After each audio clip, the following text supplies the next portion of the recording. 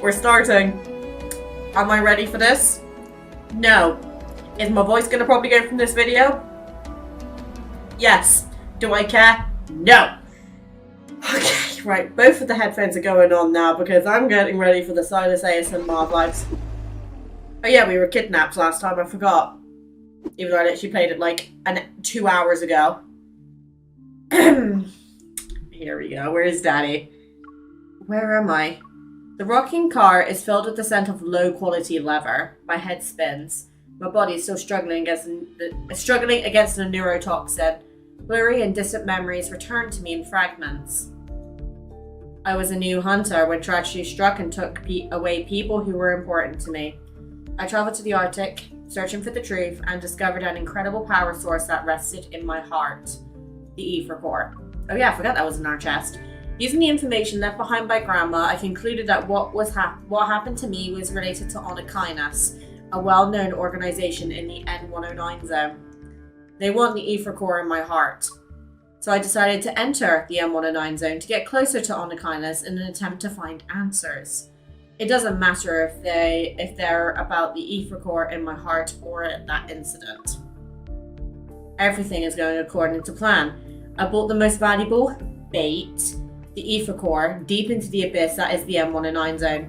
Whoever takes the bait, will this be the person I'm looking for?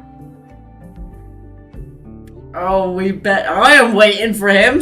I took a big risk to snatch prey from the nest. The reward needs to be better than that. Who the fuck are you?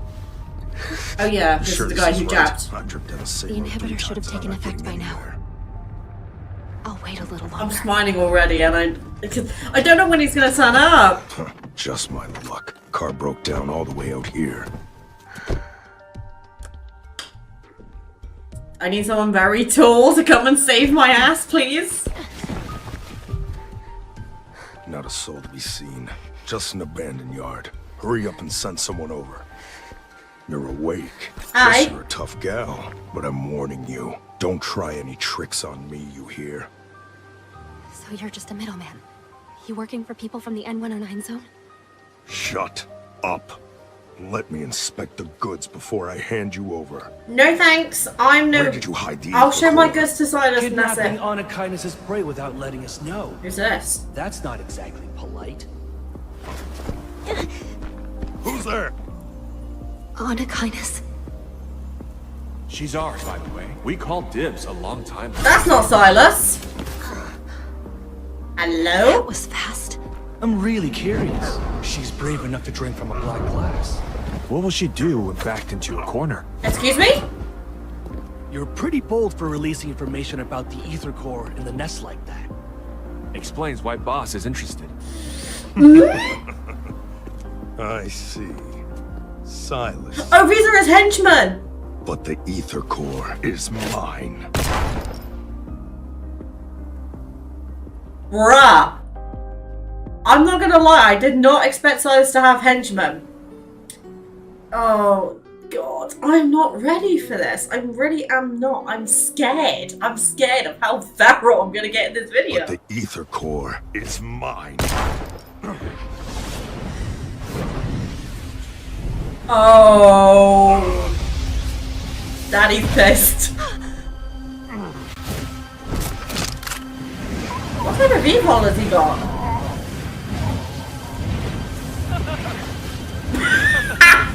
So bye, bitch. Oh.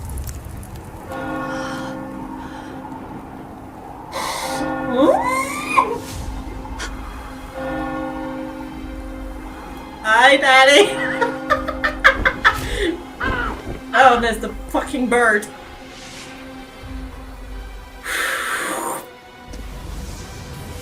It's okay. It's okay. Oh. Take out the vermin that are still running amok. Yes, sir. Oh. He's the head of Onakainus. If this information is leaked, you might become Onakainus' next target. Happily. Hi, baby. You're also here for the core, right? Hi. Oh, you're so pretty. Even if you wanted to sell your soul, you still have to find someone who can pay the price. This voice, I've heard it somewhere before. Oh. Look at me. You Wait, hold on. Devour him. Do that, and you'll gain the power you always dreamed of. Oh god, how traumatic is our past with this one? just kill him. Oh god. Look into his eye. Oh. Is this how you greet a new friend? I guess you don't remember anything. Oh, you're gonna make me remember. Oh! From your past to your future, to even all the times you inevitably commit. After all, you and I, we're the same, true kindred spirits. Oh my god. Oh my god, I'm red already. Fucking hell. Oh. I warned you guys this was going to be a bad video. Cornered beast? What do you mean cornered? He choked us. Ah! Oh.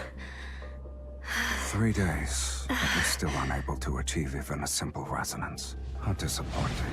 I'm sorry, I got to appreciate that pose for a couple of seconds. Oh my god. The way he just sits on his throne like we're just a peasant bowing to him. What do you want? He places us on our lap, bro. You went through all that trouble to enter the N109 zone. I must fulfill my duty as your host. Oh my god, you are so handsome. This is actually... Oh my god. There's a lot of book talk girlies out there who'll be happy here. Stop. Devour him. I'm still trying to work out these voices though. He's right there before your very eyes. Voices again.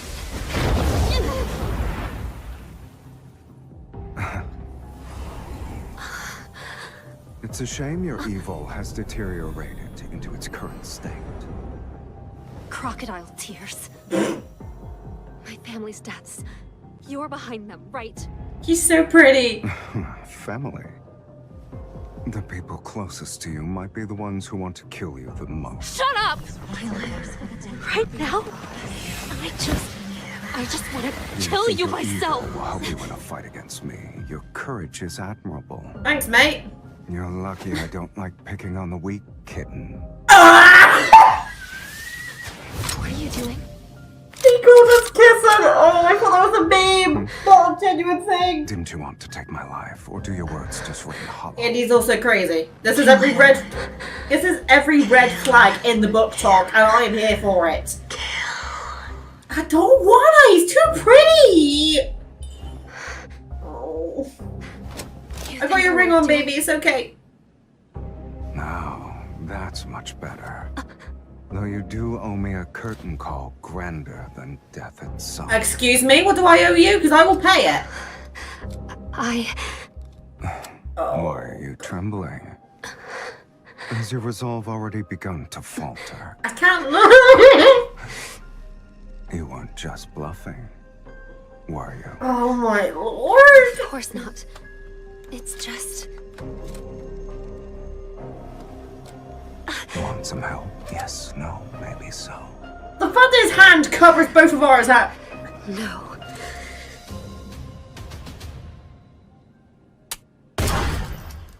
What's the MC doing? Hurting the baby. Oh my god. His voice does something to me. His voice makes me feral. I can't help it. I am a simple woman. Fucking hell. Oh my god. And like the way that he uses Evo and just put us on his lap. Please do that to me more. Okay, Mim, calm down. You've got reading to do. With all senses gone, only the abdominal cavity spasms and contracts. It were as if the body had a hole. Water, food, or something else. Anything to fill this emptiness.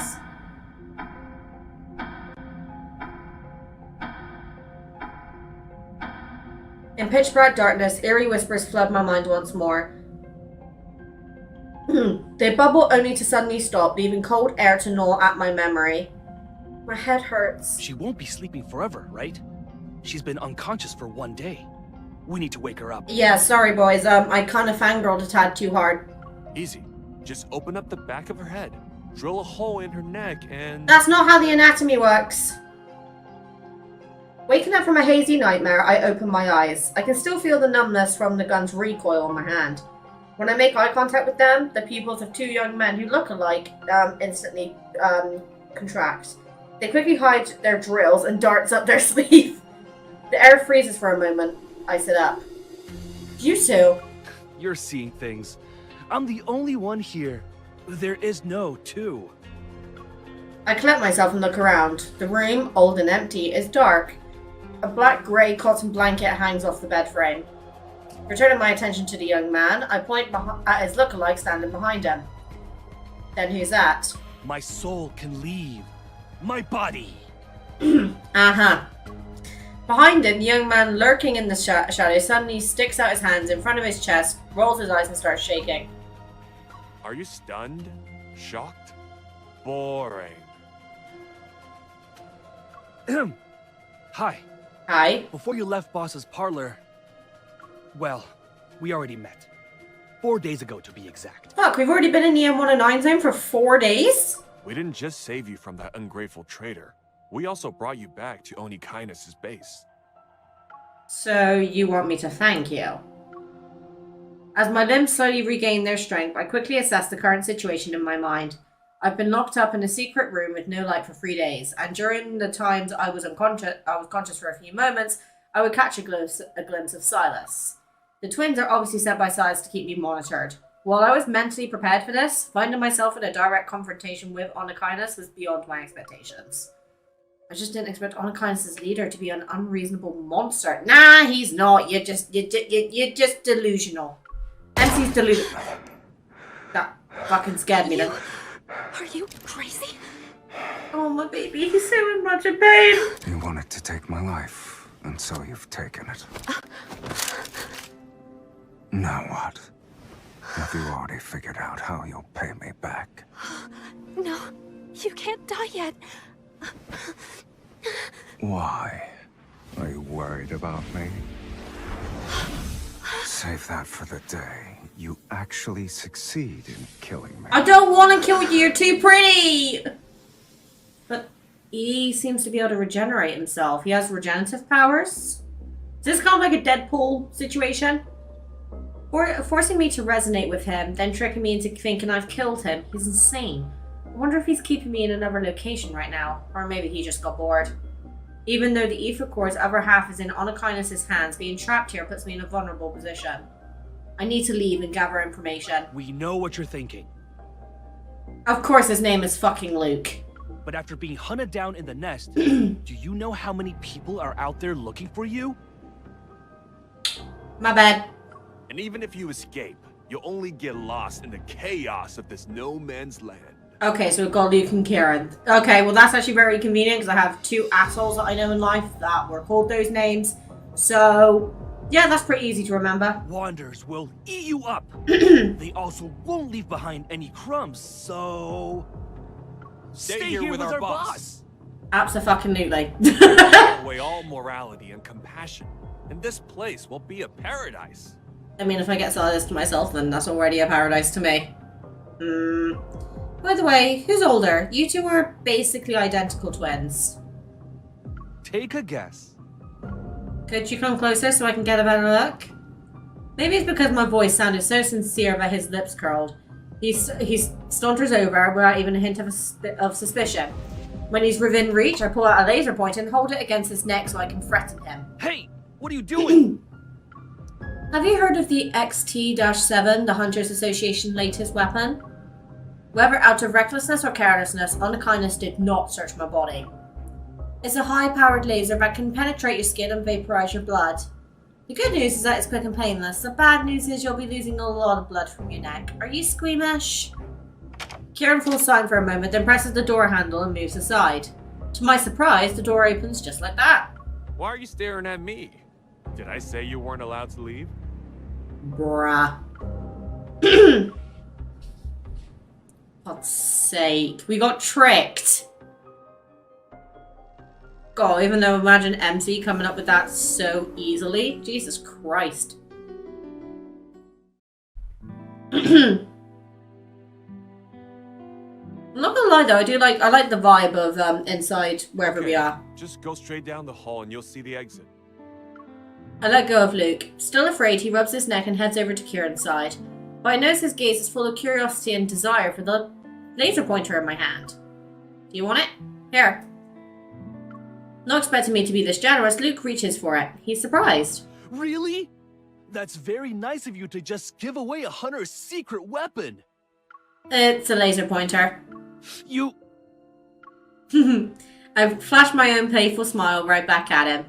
Did I ever say it was the XT-7?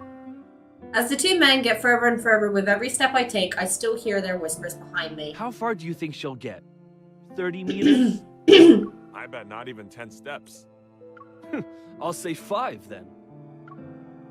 I like these two already. With Luke and Kieran gone, I take out my hunter's watch. Unsurprisingly, there's no signal. The corridor before me is completely dark, like a deep, endless tunnel. While I didn't expect them to be kind enough to show me the way out, even that room could already be considered progress. There were several small crystal vases on the shelf by the wall. The drooping flowers in them have already withered. Yeah, it probably hasn't been home in a long time. Oh, it's the bird! On the other side is the black bird. It's perched on a marble pillar that's half as tall as a human. Its metal wings are tucked in. A crow? Its eyes appear to be made out of rubies. They glow with a lustrous yet haunting hue in the darkness. Its eyes suddenly move, fixing its gaze on me without blinking. It's alive? Yeah. He's gonna probably go tell on us, I bet you now. As I prepare myself to take a closer look, it suddenly spreads its wings and flies towards me. Its razor-sharp feathers barely miss the top of my head as it passes through a narrow gap of an open door. To pass through the corridor, I'll have to go there. I hesitate for a moment, then follow the crow.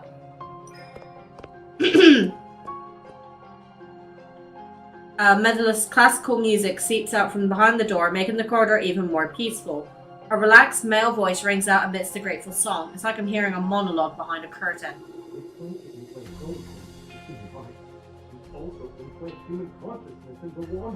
Why? You should know I'm not interested in other people's business. And Mephisto said you lied. Mephisto, that's the good. Is that the bird? Is that the bird's name? It's a shame. You threw away your last chance. Sylus? Never mind. I need to escape first. No, please, forgive me. You can still use me as a tool. Our deal is over. Now, if you'll excuse me, I have to entertain a more important guest. The pleading voice stops abruptly, like a balloon that leaves nothing behind after an explosion being filled with too much air. The room falls silent for a moment. The music suddenly stops before transitioning into a more gentle song played by string instruments. Aren't you going to come in? He knew we were there. I knew they were up to no good.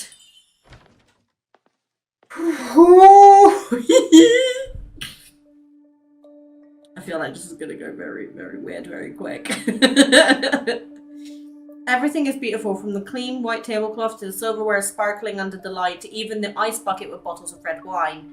The gory scene I envisioned didn't appear. Inside this calm room, the other voice's owner had vanished without a trace. I was feeling again. I'm hungry all of a sudden. Why? Because I'm always fucking hungry, that's why. Sylus picks up the decanter next to me, walks to my side and pours me a glass of wine. Behind me, the shadows press down, their invisible pressure suffocating. I hold onto the chair with one hand to steady myself and grab the knife on the table with the other. This will be useful for defending yourself in the N109 zone. I'm sorry, can we take a minute to appreciate the build of this man? Sylus coldly chuckles as he places a familiar gun on the table. Are you mocking me? I'm giving you a way out. Since you can't escape, why don't we make a deal? His voice does things to me, man. Glaring at him, I drink the wine to taunt him. Oh no, we're drinking. Oh, I bet you know we have a very shit alcohol tolerance. Honor kindness's modus operandi is buying and selling by force. Too bad, I'm not interested. The ice-cold liquid slides down my throat and soon I feel a burning pain in my stomach. The wine is stronger than I thought. I still can't help but chug one glass after another. Hungry and thirsty. It's as if I'm trying to numb myself with this sensation. As long as you have desires, there will always be deals to make. Okay, I desire you, so what position does that put me in? With his crimson eyes full of malice, Sylus flashes a hint of a smile. His tall figure blocks out some of the light, and I can see his right eye starting to glow red. This means he's using some kind of power. Then I'd be in a daze and experience auditory hallucinations. So many days have come and gone. You should know your own desires by now. Oh, I know. I know my desires. You don't need to tell me because he's standing right in front of me. Confusion, restlessness, this insatiable emptiness. It's like a black hole trying to swallow everything. Only I can give you what you want.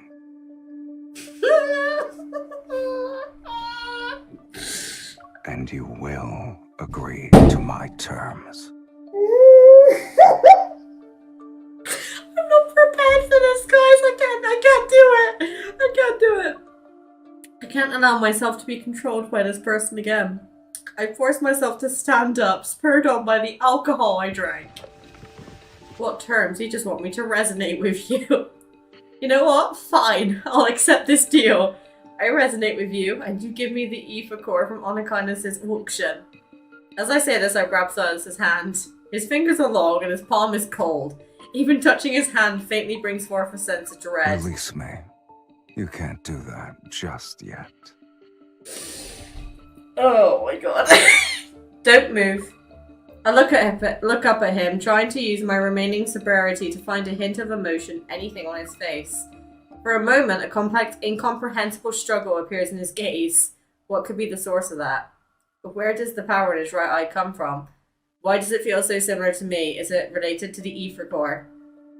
Time passes ever so slowly, and just like those last few days, nothing happens. Why is it? Murmuring to myself, I refuse to go up. I grab his hand and hold it like I'm squeezing a pump. This invisible pressure becomes stronger and stronger. The influence of alcohol gradually subsides, and I've realized I've made a very dangerous move.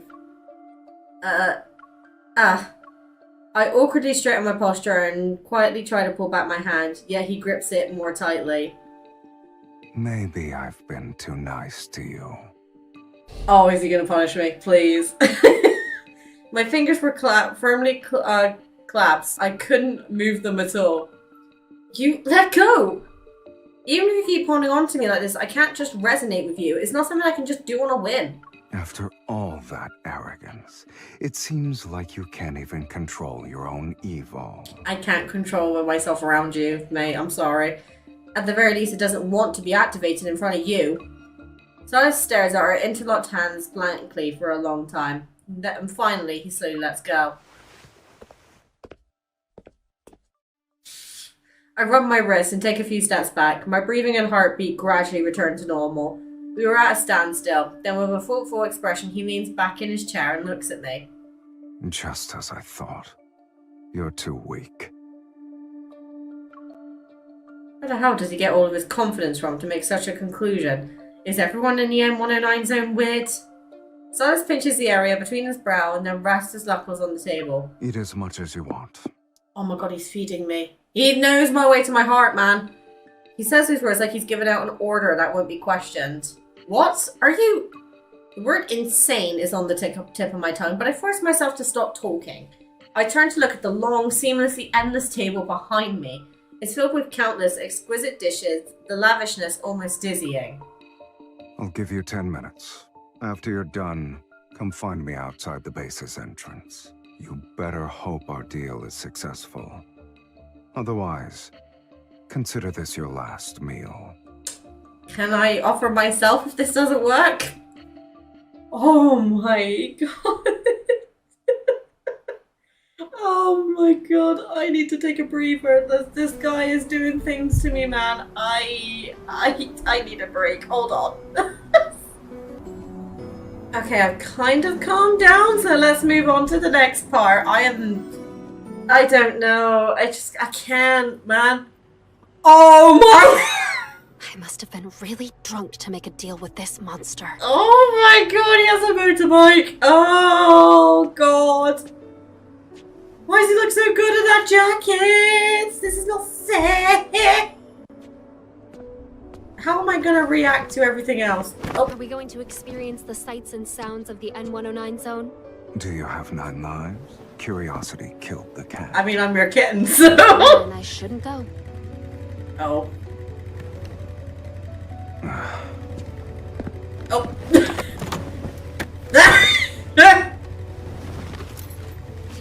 You like to bargain, don't you? Absolutely. Yes, I do.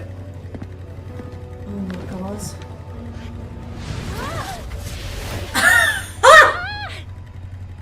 But you're not yet qualified. What do you mean? Are there no speed limits in the N109 zone? Oh my god, he is taking us for a bike ride. I'm here for it. It should be illegal to be this attractive. And he just gently takes us off the motorcycle. I still don't know where the auction will take place. If you want to stay out of trouble, behave yourself inside. Yes, Daddy. And if I refuse? It hurts! You'll hurt even more.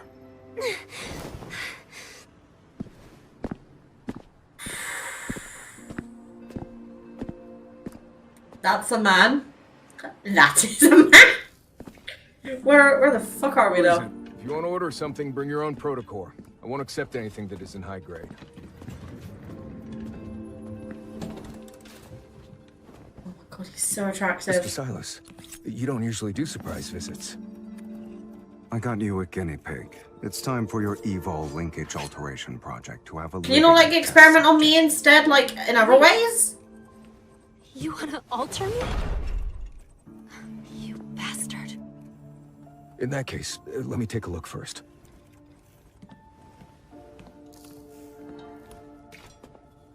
Yeah, that doesn't look ominous at all.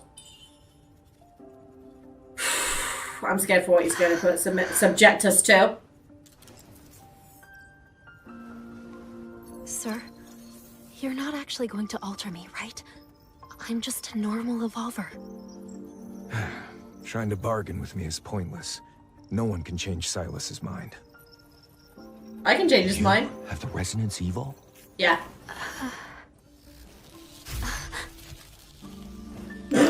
Did they do anything while I was It's just the way he just yeeted. Nothing too dramatic, just 2 explosions. One in the northern suburbs and one in the Bloomshore district. Bloomshore district. This is related to Grandma. They just made a bunch of shoddy products. I overestimated them. And after doing those shameless things and making a mess, then they want you to be their scapegoat. What are you talking about? Someone else made those 2 explosions happen? Oh dear, you look disappointed. I'm disappointed because you're not here. Instead of searching for the truth, you'd rather swallow a lie that makes you feel better. I'm afraid she's not a suitable recipient. Her evol linkage is completely normal. Only the strength's been suppressed. Did someone put in a suppressor? I don't think it's physical. Uh-oh. It's not my fault. I can resonate just fine with others. And that thing I asked you to alter, how's that? It was difficult, but the maximum energy burst value has been increased tenfold. That's the little thing? What? Are you really going to use it? Sylus! She's suppressed, right? She just needs a little stimulation then.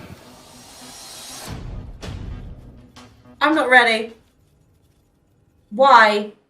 Okay, so I'm going to assume that hubby did the battle here, so I'm going to skip that bit. We're going to go straight on to hesitation. I'm scared, man. What's he doing to me?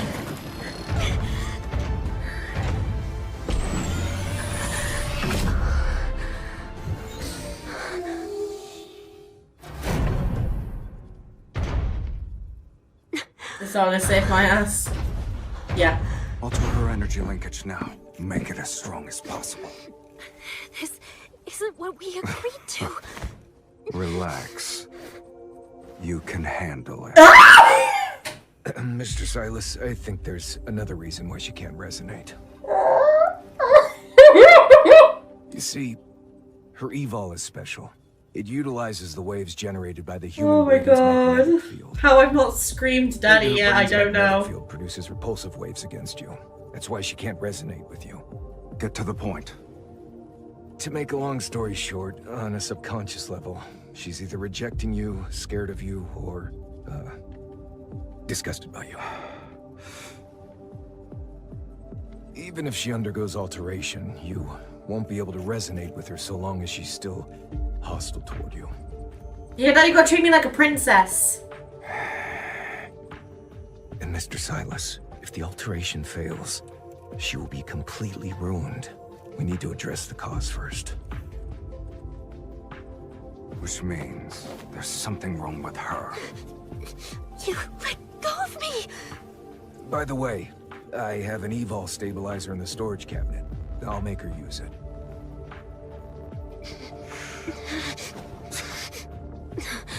Daddy's mad.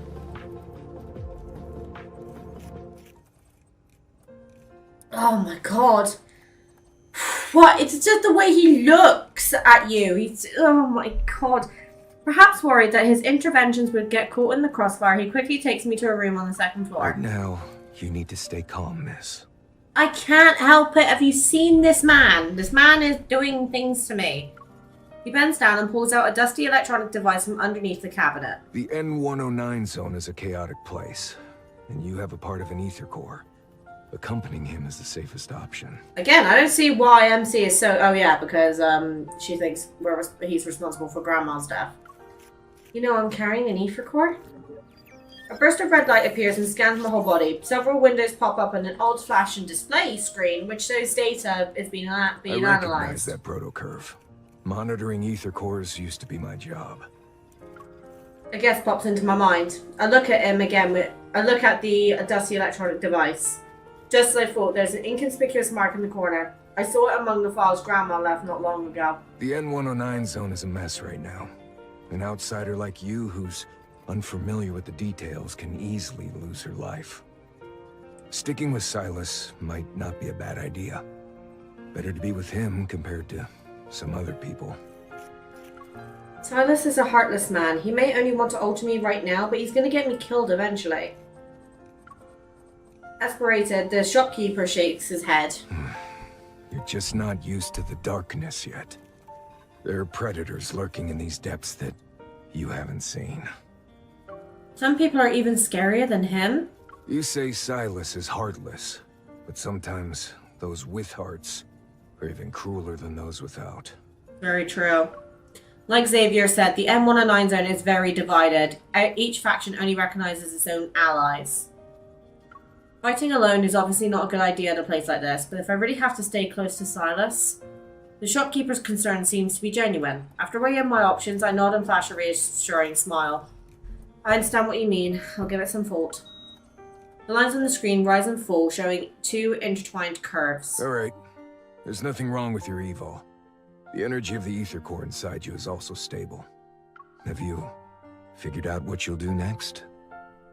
Yes, I'll go see hubby.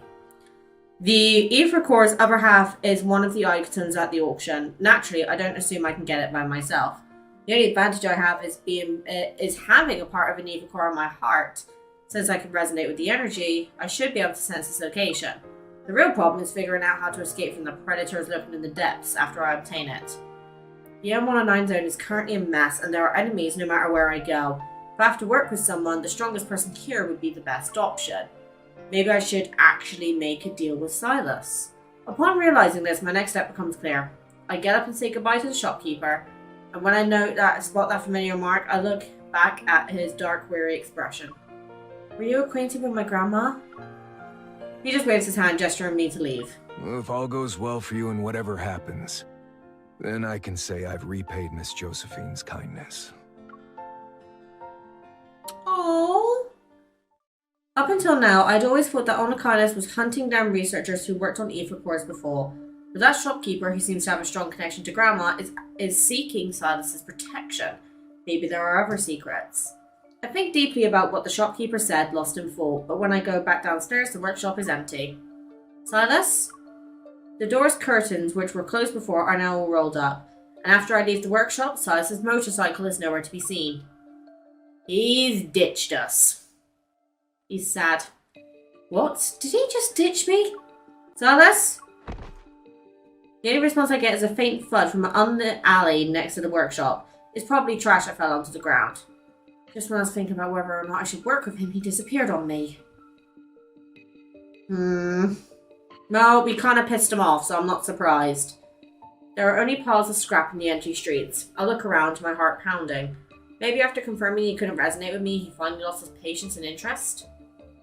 So be it. At least I can freely move around now. Would you like to buy a flower, miss? I don't trust this. A clear voice resounds. I turn and see a little girl behind me. She appears to be 8 or 9 years old. No thank you. Would you like a gun, bullets, or a protocore then? I have them all. Okay, this kid's smart. I don't need those either. But it might be a good idea to chat with the locals and get information about the auction. I kneel down to be eye level and tap her basket. You know where I can buy some intel, sweetie? That's easy. Follow me. 2 sets of footsteps echo across the empty street. Meanwhile, the sound of flapping wings can be heard in the distance. I look up the sky, but I see nothing except dark clouds that obscure moonlight. Mephisto, stop spying on me! I bet that's Mephisto. A crow perches on a streetlight that's been dilapidated for years. The red glow in his eyes flickers as it breathes. A few blood-stained tufts of grey fur peek out from under its metal claws. It quietly observes the 2 girls, one tall and one short, as they head into another filthy street. It tilts its head and thinks for a moment. Then it quickly drops its dead prey and silently spreads its wings to follow them. Lying under the streetlight are 7 or 8 fat rats, all gutted. Mixed with their flesh and blood are broken pieces of monitoring equipment. Ha!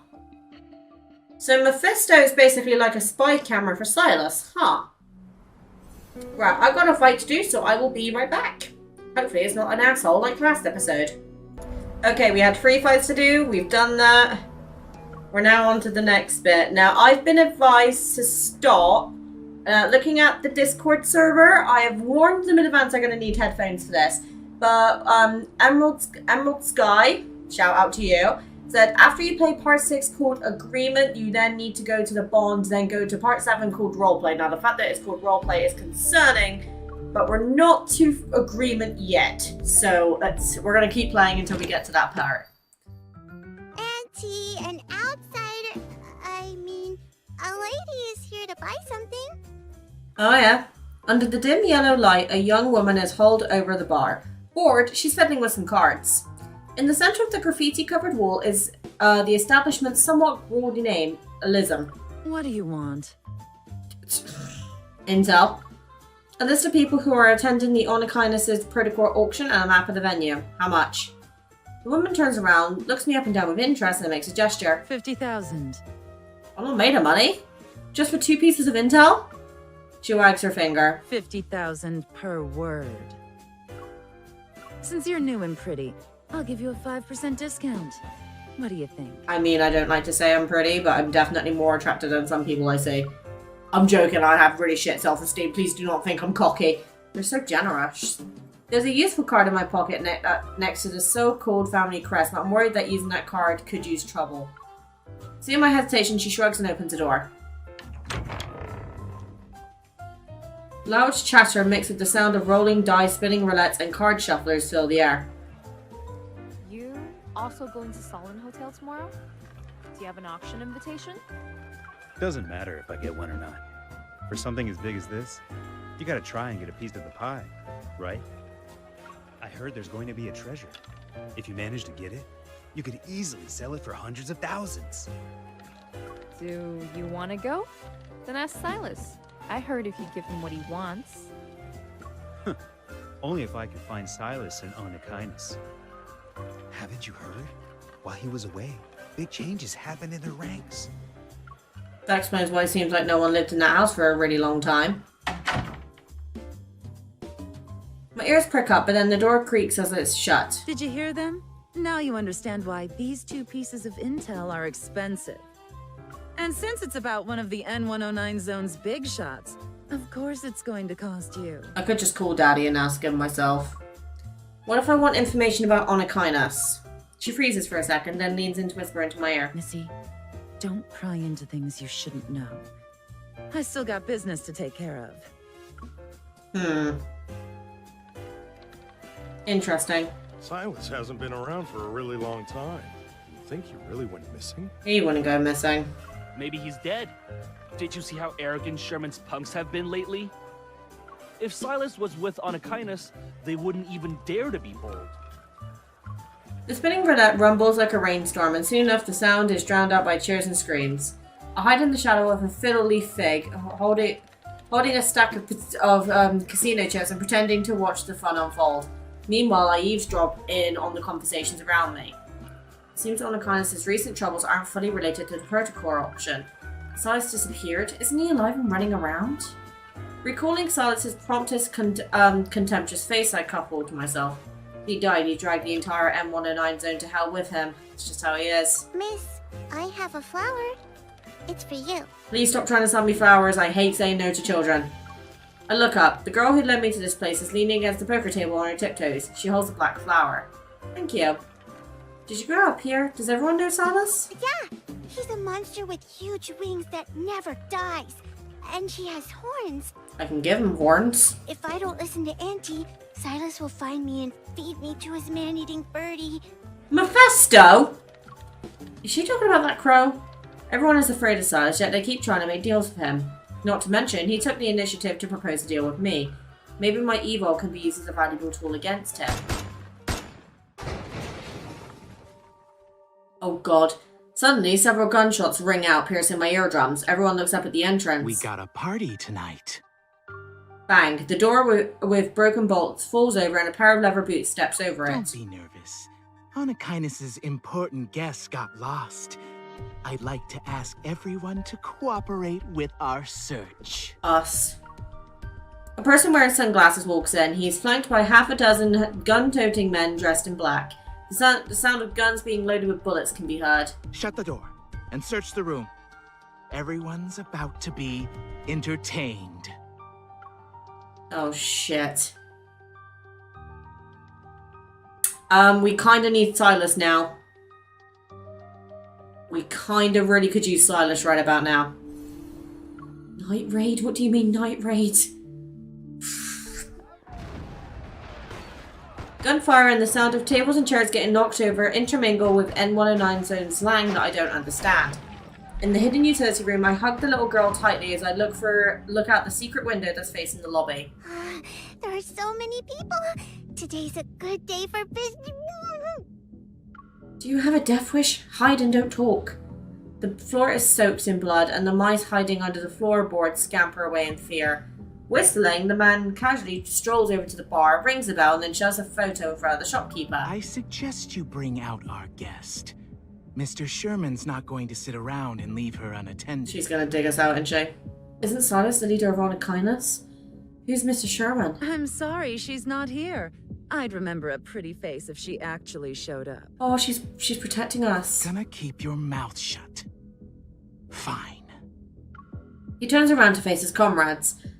His broken, wire-bound jaw opens as he lets out a hoarse cackle. Pry open their mouths one at a time. Someone will spill the beans sooner or later. Missy, they're looking for you, right? The secret window is blocked off, and the woman's voice drifts softly through a gap. Are you going to hand me over to them? I try to sound calm as I tightly clutch the tranquilizer in my sleeve. I have yet to test the thing Xavier claims could paralyze an elephant, but there aren't any zoos in the M109 zone. Anyone who's on Aquinas' target is valuable. I can get a better price if I find the right person.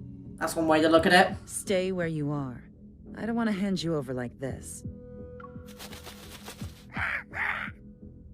Mephisto. Suddenly, a crow soars in and dives down towards the search party's leader, its razor-sharp wings aimed at him. What is that? Now! I roll and crawl out of the utility room. As I try to sneak away quietly, someone yanks my collar. Oh, it's Danny! He came back for us! I turn around and aim my gun. I see a familiar face in the shadows, his chin slightly raised. So when someone saves you, do you always point your gun at them to express your gratitude? Hi, Daddy. I'm happy to see you. Several bullets graze him, only to dissipate into dust. The people who fired the shots are strangled by something. They slump to the ground, dead. Remembering the rumors I heard before, as well as this Mr. Sherman, I'm quiet as I look around. Your underlings aren't exactly obedient. Before my mockery, Sylus' mouth twitches as if he wants to say something, but in the end he just purses his lips. Focus on yourself first. Hearing Sylus' voice, the search party's leader suddenly panics. A cloud of energy particles gathers around him. Several wanderers, fucking hell, English, quickly materialize. Roaring, they rush straight for us. Are they calling for backup because they can't win? How is this not cheating? Sylus grabs my wrist and holds me in his arms. He slides his finger over the trigger of my gun, aiming the weapon at the figure in the center of the room. Do you expect people from the N109 zone to be nice and polite? No. Fuck. So did Mephisto lead Sylus to where we were then? Oh, another fight. Okay, hold on then. Okay, I just went down and made a cup of tea and also checked if husband still loves me, despite hearing me scream for Sylus, and he said yes. I just spilled my tea. Good change top. Okay, now the fact that my situation has been sorted. The first deal. Oh god.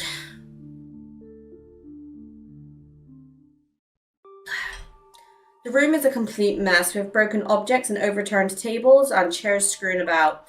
Wanderers keep appearing one after another. I fall back to the window and think about how likely we can make a run for it. We can't wipe them out. Our only option is to retreat. Do you really believe retreat is a word in my dictionary? While I'm anxious and tired, Sylus is infuriatingly calm and smug. Oh, so you like being a freeloader, Mr. Sylus? Didn't you see me fighting for my life earlier? Since when was I required to investigate the files the Hunter Association had on you? Consider this training practice. Get ready. Oh my god. Sylus ignores my protests and aims my gun at the switch box on the wall. You won't get any help. A gun is fired and the lights go out. Sylus quickly vanishes. Realizing I've been left behind again, colorful curses boil on the tip of my tongue. Let's make a deal. Aren't you going to leave? I can't resonate with you. If you'd like to attend the auction tomorrow, stand your ground for 5 minutes. And should you have the audacity to die on me...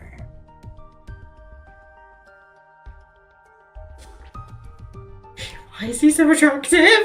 He lifts his hand and puts a communicator in my ear. Then he speaks in a surprisingly gentle tone. You actually will meet your end. Oh my god. Dim neon light sweeps in through the cracks of the windows, illuminating the cold rain. The darkness is eerily still, freezing sound and light. I hold my breath and grip my gun more tightly. Stay calm, it's not like I haven't done similar shooting exercises before. I hear heavy footsteps as something approaches. It sounds like a monster trampling on the ground. You're breathing too loudly. Oh god, this is ASMR time. So you're in the comms channel. I didn't turn off the lights to force you into combat. We're stalling for time. You really are something. You didn't retreat, right? Am I just trying to buy some time for you? A crow suddenly calls outside the window. Its loud, unpleasant cry is familiar. I hear the flapping of wings and mechanical movements in the darkness. Sylus laughs disdainfully. Aim at Mephisto. Who? The crow. He's trying to help you.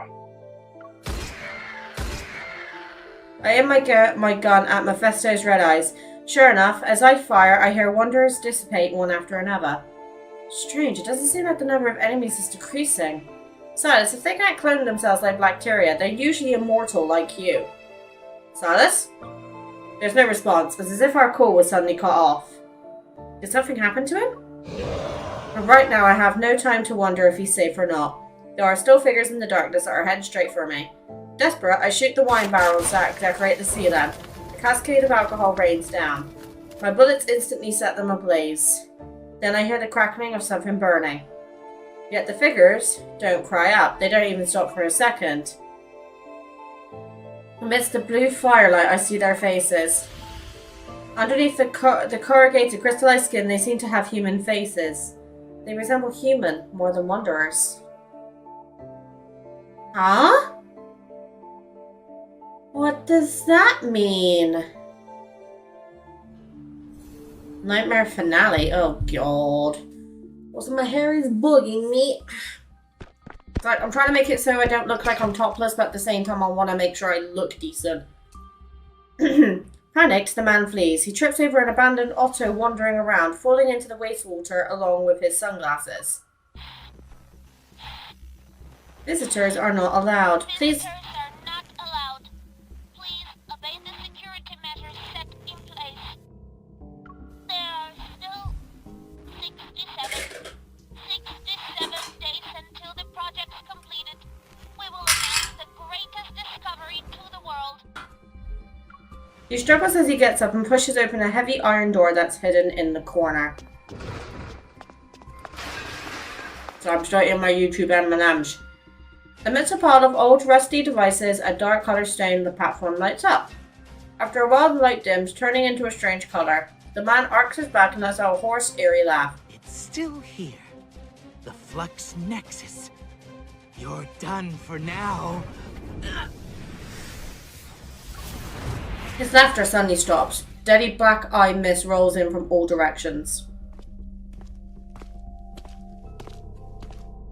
The nightmare's shadow slowly approaches from behind. The man's eyes widen in fear, but he can't move. Spare me, sir. Crimson particles land in the wastewater. The air is deathly still, yet the nearby light grows brighter. Sylus smiles coldly. The black-red mist flows into the Flux Nexus and is instantly blown to pieces from the inside. Okay, so Sylus has basically saved our ass. Instantly, the rampaging monsters fall over and curl up into a fetal position. What happened? Were they disconnected or something? The closest one to me, with a tattoo mark like on his chest, has been burnt beyond recognition. Leaking out of its wound is a liquid that's not blood. It's more like a vicious mixture of oil and slime.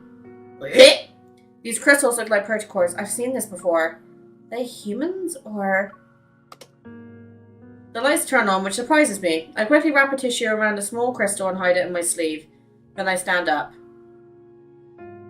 Did you finish everything on your side? Let's go. As usual, Sylus is calm. He won't be telling me what he was up to, it seems. Thank you for your patronage. Please be careful out there. Okay, well, these two are safe. The shopkeeper appeared from who knows where, waves happily, and suddenly gives me a big hug.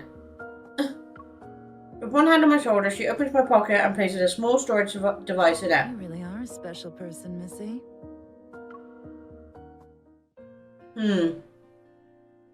On this rainy night, the motorcycle zooms around the road. As soon as we return to Silas's base, he leaves me to do who knows what.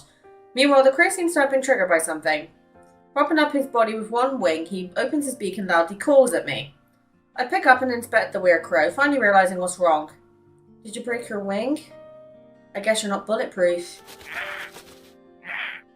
Oh, we injured the baby! Did I accidentally hit you?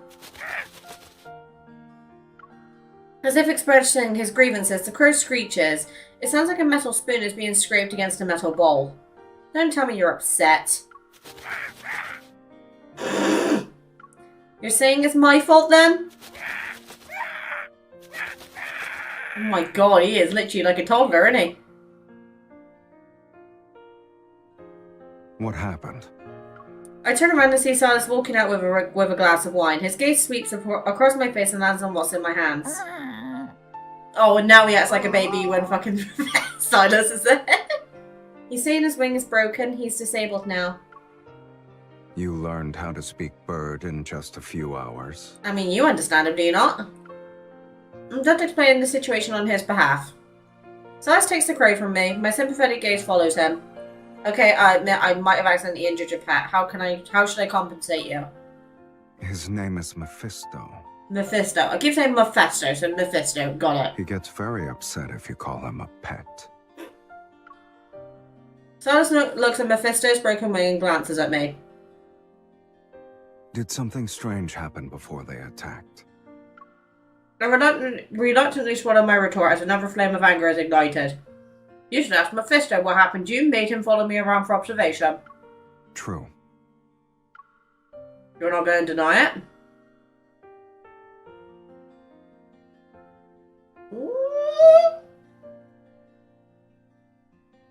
Sylus purposely leans forward, his eyes shining like rippling cold liquid. Were you hoping I'd be flustered with how you exposed me? I mean... We're in the N109 zone, sweetie. Whether you're with me or by yourself, you can't escape my influence. I don't want to escape you. Please, don't be delusional. I'm not the only one who's delusional. Isn't a certain someone hoping I dislike him less so I can resonate with him?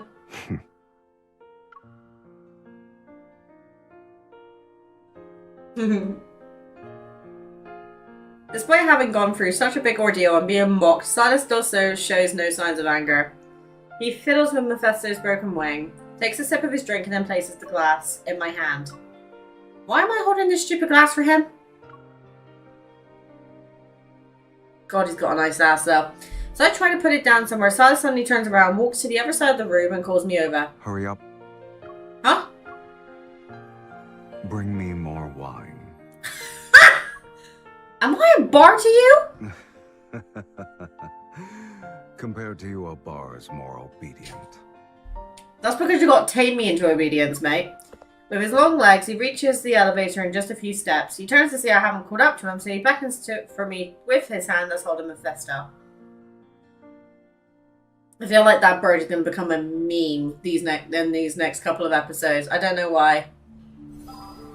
Oh, we're on agreement. Okay, this is the last one before the bond, so we're nearly there, people. Nearly there. Please be patient. After transferring the data from the storage device, a hologram of the Solon Hotel appears.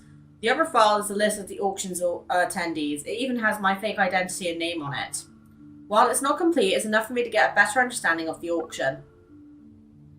By the way, those guys who tried to capture me back at Edison, were they actually traitors who used to work in Honor Kindness? They also mentioned a Mr. Sherman. Who's that? Why are you interested in a dead person? Oh. Next to me, Sylus tosses aside Mephisto's broken parts. He gives me a blank expression. I stare back at him and remember what the workshop's owner had said before. Which bit?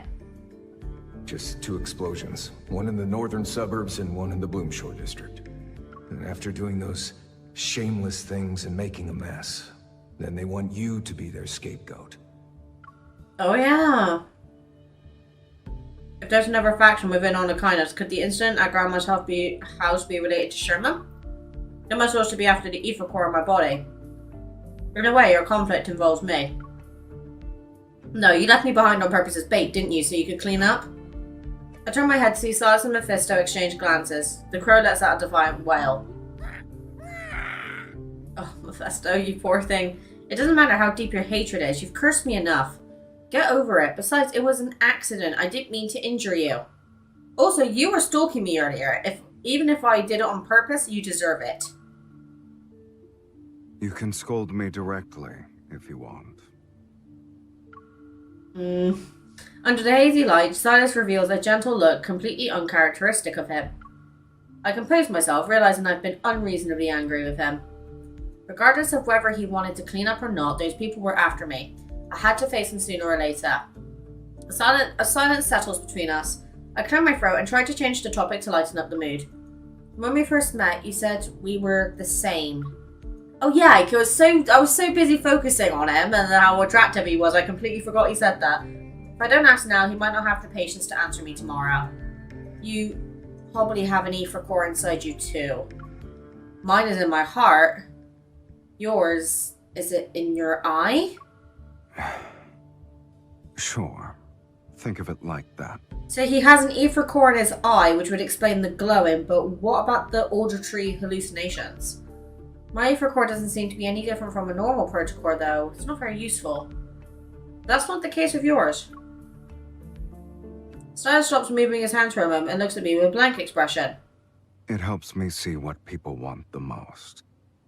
And what do I want the most? It exposes the desires that they refuse to admit.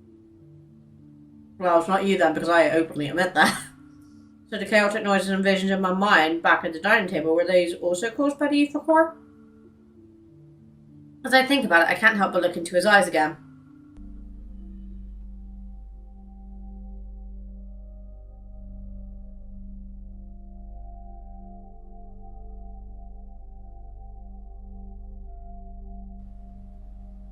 Not again.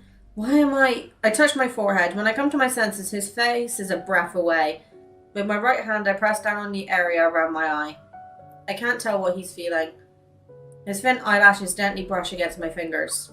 Sylus doesn't break eye contact with me, as if he's looking at something hidden in the depths of my gaze. Have you gone mad? Yes. He suddenly moves closer, his eyelashes almost brushing against my cheek. I'm sorry. I just wanted to get a closer look at your ether core. I thought he would push me away, but he didn't. You like it? You like it when people do that? I take a deep breath and meet his gaze again. Didn't you want to resonate with me? Do you want to try again? Without waiting for him to answer, I grab his hand again. Come on, I'll use both hands this time. He likes this! A chill blankets my body. I'm not sure if it's the cold breeze coming in from the small gap in the window or his aura. He's good at fighting, he's good at fighting, he's good at fighting. The old gas lamp above us flickers and emits a light, soft-driven the sound of our breaths. He looks good, he looks good, he looks good. Yes, he does look good. I can hear you talking. Shit. Enjoy it. This is one of the two good things I can think about you. Moving my gaze further down, I look carefully at our interlocked hands, but I still can't feel even the slightest change. It seems we can't rush our resonance, but with the auction fast approaching, I need him to work with me as soon as possible. I organize my thoughts and use the nicest tone I can muster. You already know I entered the M109 zone to get the ether core that's at the auction. And since you want to resonate with me, I have an idea. I don't know if I should say it, though. Then don't. I force myself to suppress the anger in my heart. But I can't resonate with you because I reject you on a subconscious level. That means my ego is controlled by my emotions. Changing a person's feelings might be difficult, but it won't be that hard, I think. As I say this, I cross my arms and lift my chin at him. There's an easy solution right in front of us. Help me get the ether core and ensure my safety by escorting me out of the M109 zone. You'll be able to use me as bait to clean up, right? It's almost as if your face is saying you're doing me a huge favor. Yeah, I am. I'm doing you a huge favor by being here. I don't have another bargaining chip. I can only bluff to appear more confident. I also know my clumsy attempt won't fool Sylus. That's why I'm telling the truth. I don't know why you insist on resonating with me, but as long as you're willing to help me, I'll help you. Sylus shifts his gaze from the map and looks at me indifferently. That's not enough. What do you mean? Then what do you want? Should I beg? I can do it. Or we could do this. Sylus suddenly opens the bottom drawer and pulls out a jewel-encrusted crow brooch. If you can take this from me within 24 hours, I'll agree to your terms. Do you test people before you work with them? Are you testing my skills, my intelligence, or my values?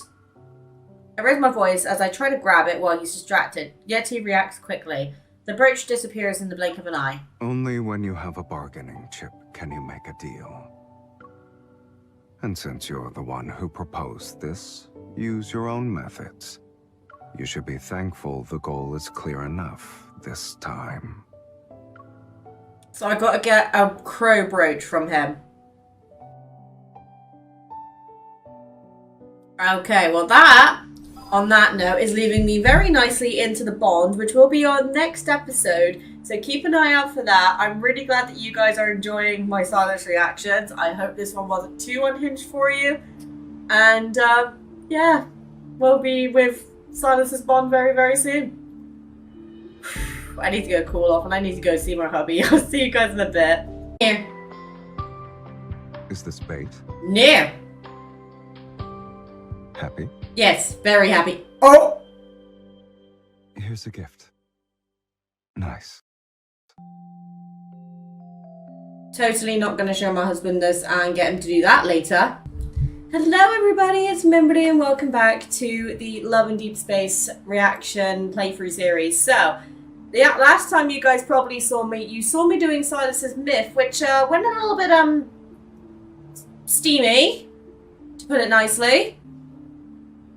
And yeah, now we're back with the continuation of the story. So now that we know how the MC got hold of the brooch, now we gotta do roleplay. This makes me worried. In the dim lighting, the crow brooch on my chest gleams a dark red reminiscent of wine. After some twists and turns, I finally got the brooch from Sylus. He kept his promise and agreed to help me obtain the ether core.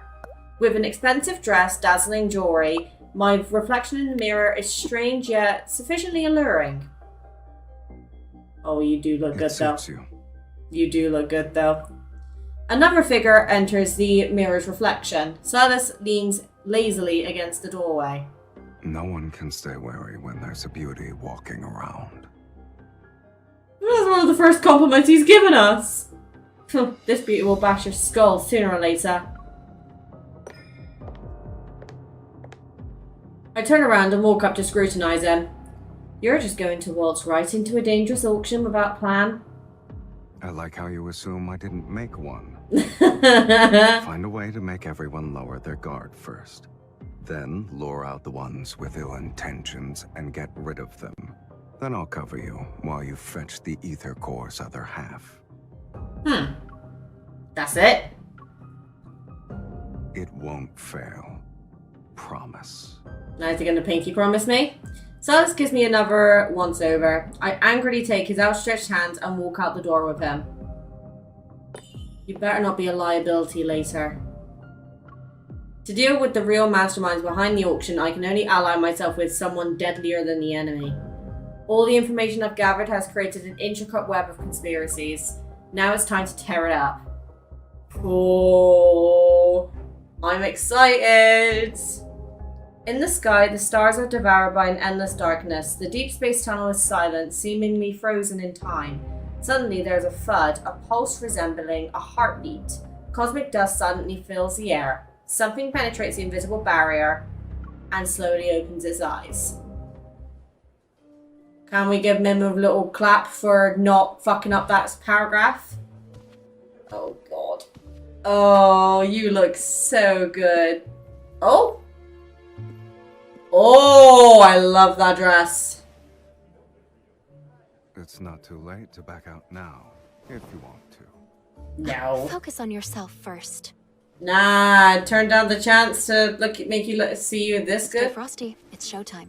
Frosty. Oh God. Sylus? I thought 1, 2, 3 guys. Who's that person? That's quite the ambush. Sylus, are you sure they'll bite? It depends on your performance. We've been expecting you. I can do performances, that's fine. Oh. I assume you already know how to act as good bait. Maybe? Oh dear. I'll be back soon. Have fun. Oh! Oh, he's being a sugar daddy now? Nah, he just gave us his card and walked These are off. ordinary protocors. Good thing they aren't bombs. Oh. Something's off about this one. Was it tampered with? Did anything catch your eye, miss? There are even better ones on that side. The stuff you have is pretty mediocre. Oh my god. Sylus, it's okay for me to purchase a few items with your card, right? Don't bother me with such trivial matters. Oh, he's given us permission to use his card. Please wrap it up for me. Hey, hold on. I did not think we would agree to put 1 million on the card. I'm probably gonna have to pay that off. 5 million. Huh? Your offer will make people think I'm broke. Wouldn't want that, sweetie. Can you give me that money, please? Hold back. I changed my mind. 10 million. What? Are these all the protocores you got? I'll buy everything. Pompous. Shut up. Don't you judge me. You gave me permission to use your card, mister. You have no right to say shit. Oh my god, I did not expect him to just give us his card. Holy shit. Oh dear. Gleams of golden light shine in from the smooth, dark walls. They illuminate the room's elegant decor. On the sofa, Sylus shakes his whiskey glass. The ice cubes swish around, making soft clinking sounds. There's a painting on the wall called In Expectation, which depicts angels, demons, and the Grim Reaper sitting around a table. The last empty seat seems to be for him. Mr. Sylus. The man named Sherman walks into the room and nods humbly at Sylus. Sylus looks up, the corner of his mouth curling into a half smile. Then, a dark-colored mist seizes Sherman by the collar and slams him into the ground.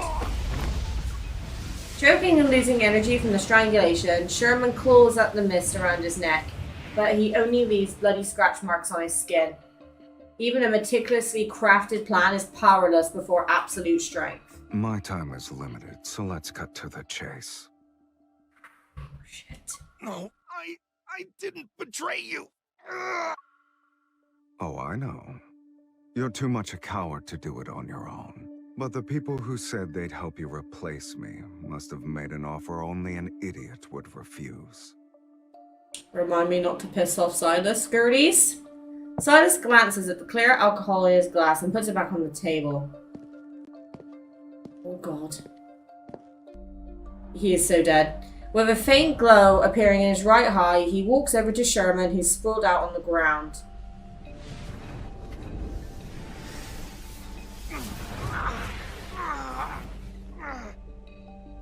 So that means he was using the thing in his eye, huh? I see. Their method of buying traitors is as old school and uncreative as ever. Enduring an excruciating amount of pain, Sherman finally discards his hypocrisy and growls. Sylus, don't think. With them around, you won't be cocky for long. I don't think Sylus is cocky, I think he's just confident. Sylus reveals an intriguing smile and looks down at him. Since you chose betrayal, my only option is to make you pay in advance.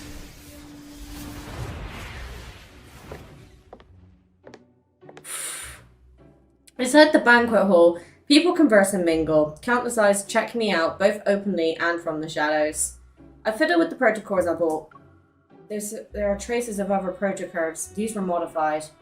I turn around and several pairs of eyes immediately look away. I take this chance to speak into a hushed voice into the earpiece. Sylus, how are things your end? Miss, the brooch you're wearing is very exquisite. May I buy it from you? Absolutely not, that was a gift. A man wearing a suit suddenly blocks my way. Holding out his hand, he smiles as a faint blue electric current flashes from his cuff. Wearing a poker face, I step back and raise my chin. Not interested. Excuse me. The man doesn't budge. He takes another step toward me instead. How does 10 High Towers sound? Ah, the banquet is about to start. Would you like to dance? What are high towers? That is a very good question. They're special weapons made from high-grade Ooh. protocores. A single high tower can avoid this entire hotel. Sorry, the brooch is a gift from me. You wanted to sell it. No. Who knows if you were coming back or not? Are you disappointed? No.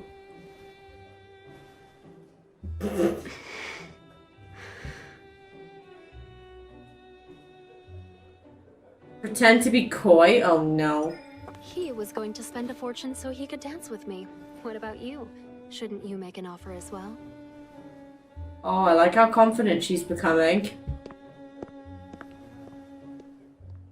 The ether core's location.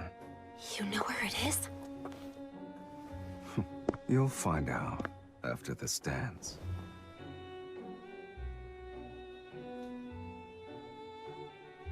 How are you so sure I'll listen to you? Refuse me all you want.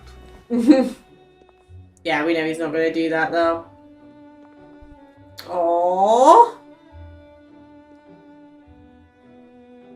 And they actually danced as well. Jesus Christ.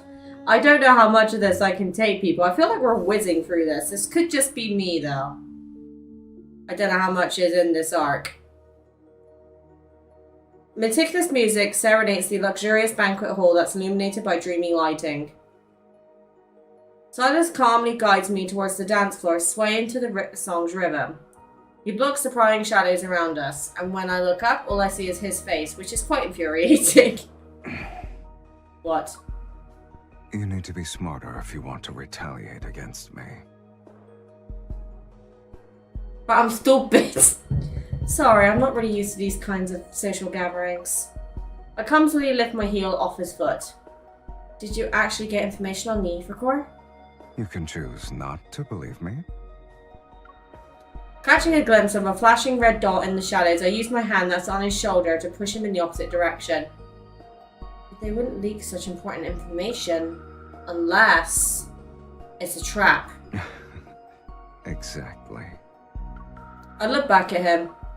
You're not going to throw yourself into their trap, are you? Be content with your role. Don't scare away the fish that already bit the hook. 8 evo bombs, 15 high currency guns. They really want you dead. Sylus, you've made a lot of enemies. This isn't the first time it's happened. The music versus a crescendo. The notes from the orchestra layered on top of one another like surging tidal waves. The lights dim to the passionate beats, and the shadows surround us on all sides. You have something up your sleeve, right? Even if you have a death wish, I don't intend to die here with you. Don't worry. You won't die that easily. Oh. A deafening explosion drowns out the music and ensuing screams. The beautiful hall is instantly reduced to rubble. Amid the surging chaos, Sylus tightens his grip on my hand. I hear him softly scoff. To my surprise, I see him nonchalantly crush something before throwing it into the debris. You had the detonator this whole time? The vermin were taking their sweet time. I was getting impatient. God damn it. The medflux is quickly increasing, and there's more than one wanderer. Be careful. I take out my weapon from under my dress and fire several shots at the wanderer that was about to attack Sylus. That was close. How long do you think you'll last with an outdated weapon? What does that mean? Sylus tosses over another gun. Don't waste your efforts. He's given us another weapon? Huh. Did Sherman make you do this? Where's the ether core? Answer me! After defeating the last wanderer, I find a henchman cowering in the corner. I press my gun's muzzle against the back of his head. You haven't won yet. We still have a backup plan. That thing is terrifying. When it shows up, not even Sylus. Ah! Black red mist throws him into a broken stone pillar. With a scream, he falls to the ground like a puppet whose strings were just cut. Sylus! I was getting information! Violence should be used strategically. Sylus calmly wipes the blood off his face and black red mist disappears from his hands. I would have believed you if your hands were clean. Despite the venue being cleared, strong energy fluctuations manifest above us and shakes the ground we stand on. What's making that noise? Are there still some left? Let's go. Where are we going? Sylus grabs my wrist and swiftly starts walking. To the place that has what you want. Oh, the Ether Core. Huh. Interesting. Very interesting indeed. Right, my phone is on low battery, and I'm going to be going out in about an hour, so I'll continue with this in a bit. Bear with me. Okay, abandoned memory. This could mean anything, as most of these memories tend to be. The almost transparent elevator quickly ascends, and the colourful nighttime scenery is hidden by clouds. Oh god, this isn't ominous at all.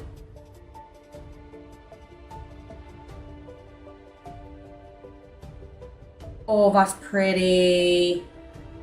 Oh, that is so pretty. What the hell? What is this place?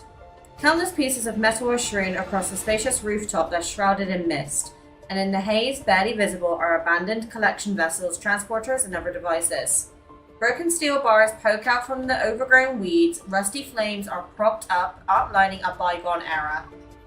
It looks like a laboratory for experiments.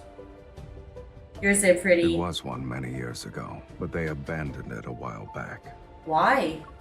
They? Stepping over broken fragments and glass shards, Sylus's tone remains aloof. Ever. Ever? As the most prestigious international business group, it basically supports the whole Lincoln City. How could they be involved with the M109 zone? I heard that before the Chrono Rift catastrophe, but the M109 zone was the most prosperous tech hub.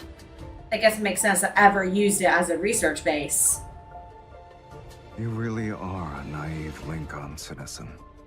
What's that supposed to mean? What do you mean? Sylus gives me a look. Many locations were affected by that catastrophe, yet only the N109 zone turned into a wasteland. Why? Why do you think that is?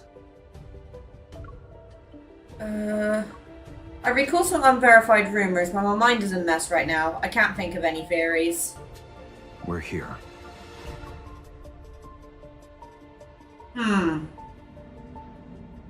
Slow vibrations resembling heartbeats pulsate in the sky. I look up and see the Deepspace tunnel. Dense clouds and vortexes churn against the darkness, and occasionally a stream of light flashes across the night sky. The silent tunnel is like a telescope peeking into the universe. The Deepspace tunnel. This is the first time I've been so close to it. A tiny beam of light enters my line of sight. I can't help but take a step.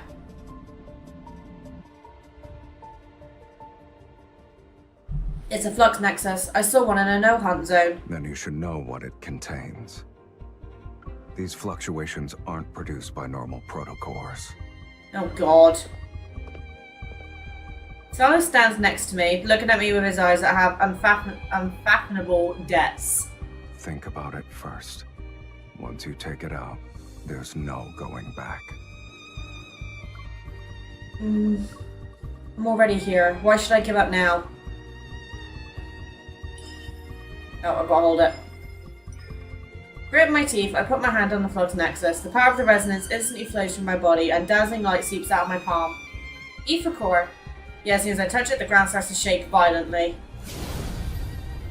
The storm appears. Oh my god, a huge shadow emerges from the vortex. It's getting closer and closer.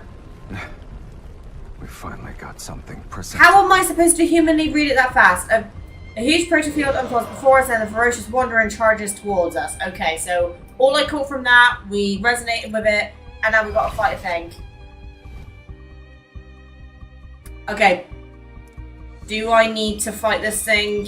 As in, do I need to actually put this in the video? Because sometimes these fights contain dialogue, so I always record them just in case, but if there's nothing, I always edit them out. This is a beautiful battlefield. There's so much metaflux. Oh my god. Damn it, I can't resonate. It's not too late to back out now. Oh my god, okay. Show me what you've got. Oh, okay. Watch this. Holy shit. That was really cool, actually. That's more like it. Still not over? Hang in there. You got beat up, Don't force yourself. I can still take a hit. Okay, I'm going to assume I was supposed to lose that one, because there's no way I could dodge that much. What the hell? Am I?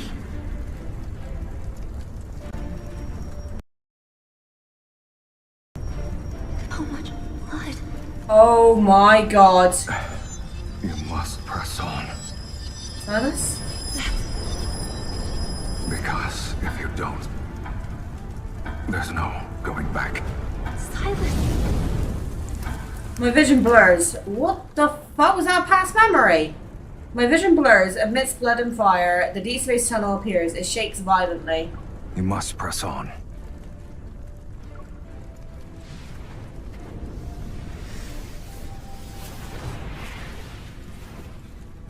The life you owe me. Now is not the time to repay it.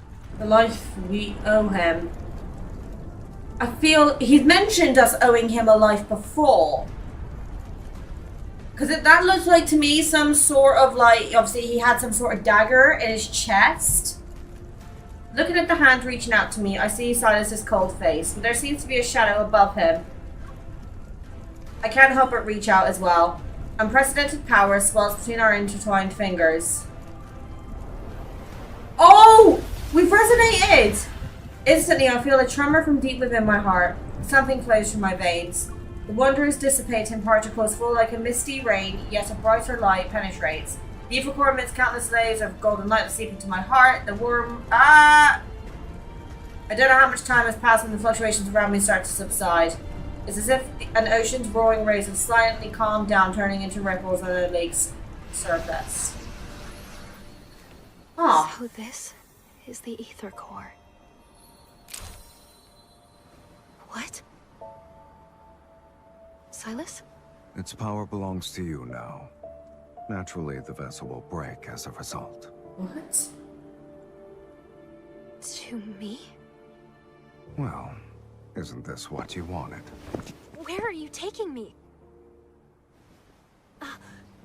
This is... Hello? Let go already. What? What is this thing? Hello? Sylus, you have some explaining to do, buddy. What is that? Also, why does my phone keep jumping? Sylus doesn't respond, and the powerful tremor that shook the Deepspace tunnel ignites a chain reaction within the M109 zone. Those shadows who believe they controlled Onakainos are eliminated from the Fates tapestry. Unable to see the undercurrents beneath the water's surface, I can only smell the scent of smoke coming more prominent as is carried by the wind. Structures crumble and collapse, and Mephisto's wings pierce through the boundless darkness. He's accompanied by the distant tolling of a bell. It's almost like an announcement, as if the world is saying that the true leader of Onakainos has returned. Yeah, Daddy's back. However, Sylus, amidst the raging storm, remains nonchalant as he sits next to me. Our racing vehicle leaves our enemies behind while intermittent light seeps through the window to obscure his silhouette and goals.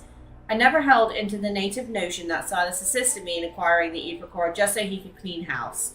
This kind of deal would result in him suffering a major loss, and it's clear he's anything but an ignorant businessman. What are his true motives? Well, I don't know. For a moment, his expression as he gazed at the Deepspace tunnel resurfaces into my mind, and then I feel a sensation in my palm. I'm still clutching the fragmented protocore. It's as if I'm subconsciously grasping onto an answer that is yet to be revealed. The linkage between my hand and Sylus suddenly flickers, seemingly sensing the swirling thoughts in my head. We heard you and Boss took care of the traitors and you can Kieran even destroyed the ether core together. Good job. Just calling to let you know that we cleaned up at the nest. No one will be causing trouble for you anymore. The best boys. Huh? When did... Our boss told us to do it. While he looks mean, he's actually... See you later. Boss? I didn't mean to. Oh, don't hang up on them. So, what's your plan? Chop it off. But it seems to be some sort of energy linkage. Can I even physically attack it? I was talking about your hand. Or you can settle down in the N109 zone. Yes. There's more than enough time to solve this problem with you. No thanks. Let's use a more efficient approach. Of course, the MC being stubborn. Let's destroy the ether core nearby. You're saying our ether cores created this link? Okay, why don't we destroy yours then? Never mind. With your current level of resonance, it won't last long. But before I started resonating with you, I saw a strange vision. It's not a big deal. From now on, you'll be seeing more things like that. Why? So that was real? If I say yes, will you give me a sincere apology? Okay, right. I'm going to pause this real quick. I've got some thoughts that I need to discuss. I'm going to quickly go to my chatting screen because I've got some things I want to discuss. So, from what I'm understanding, that seems to have been a past life similar to like with Raphael, Xavier, and Zane, right? However, what the main thing that stood out to me is the fact that Sylus keeps saying that we owe him a life, right? So, seeing that vision, he has that dagger embedded into his chest. So, that makes some sort of, my theory kind of is that maybe we lost control and, like, attacked him or something like that. Like, that's the thing, because we don't know what Sylus actually is. All we know, hair in my mouth, is that he can't die. That's the only literally thing that we know. Because, obviously, we shot him and the injury just dissipated. So to me, that's now suggesting that we're in a position where we maybe killed him in a past life, or maybe he had to kill us to save himself. I don't know.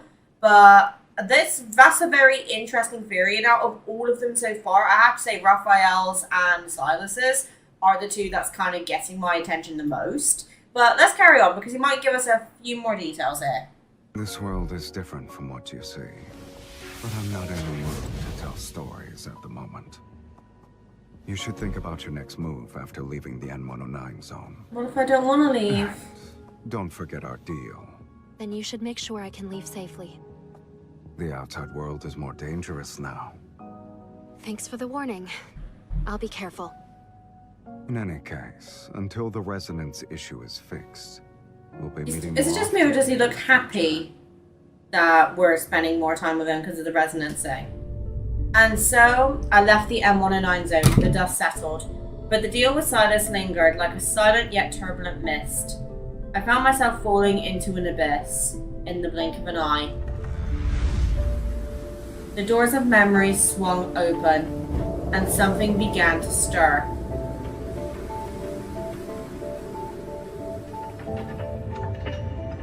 It is another world I had once glimpsed.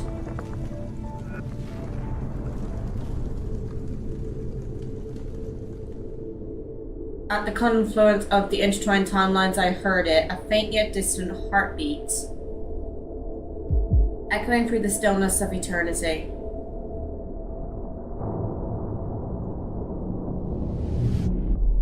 The fact that we have basically got a traumatized past of each of these boys, though, I know one of these days is going to pull at our bloody heartstrings. I know it.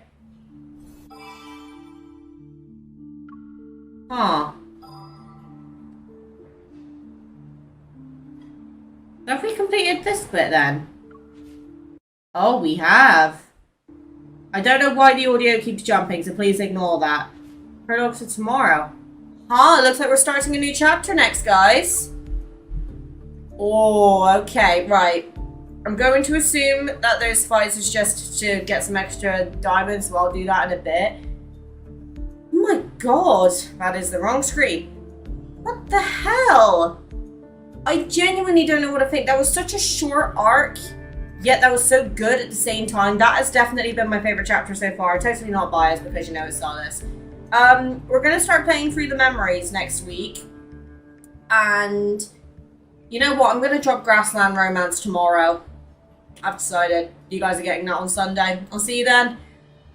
Whew, if you guys want early access to that, join the channel. For £4.99 a month, you'll get early access to videos, along with a bunch of other benefits. I'll make an actual video explaining the benefits and the membership tiers later. But yeah, let's go and get this out to you guys as soon as possible because I know you guys are waiting for this one. Hi guys, it's Mimberly and welcome back to the channel. So, we have officially completed Sylus's arc. Sad tears for the Sylus girlies in the comments. We're now on to prologue to tomorrow, aka Eye of the Storm. Now, I have been warned this is a Zane arc, so this is going to be interesting because Zane is one of those characters that I definitely want to dive more into his character. So that's enough talking. Let's just get straight into it. Oh, it looks like we are... Oh, 2 months later.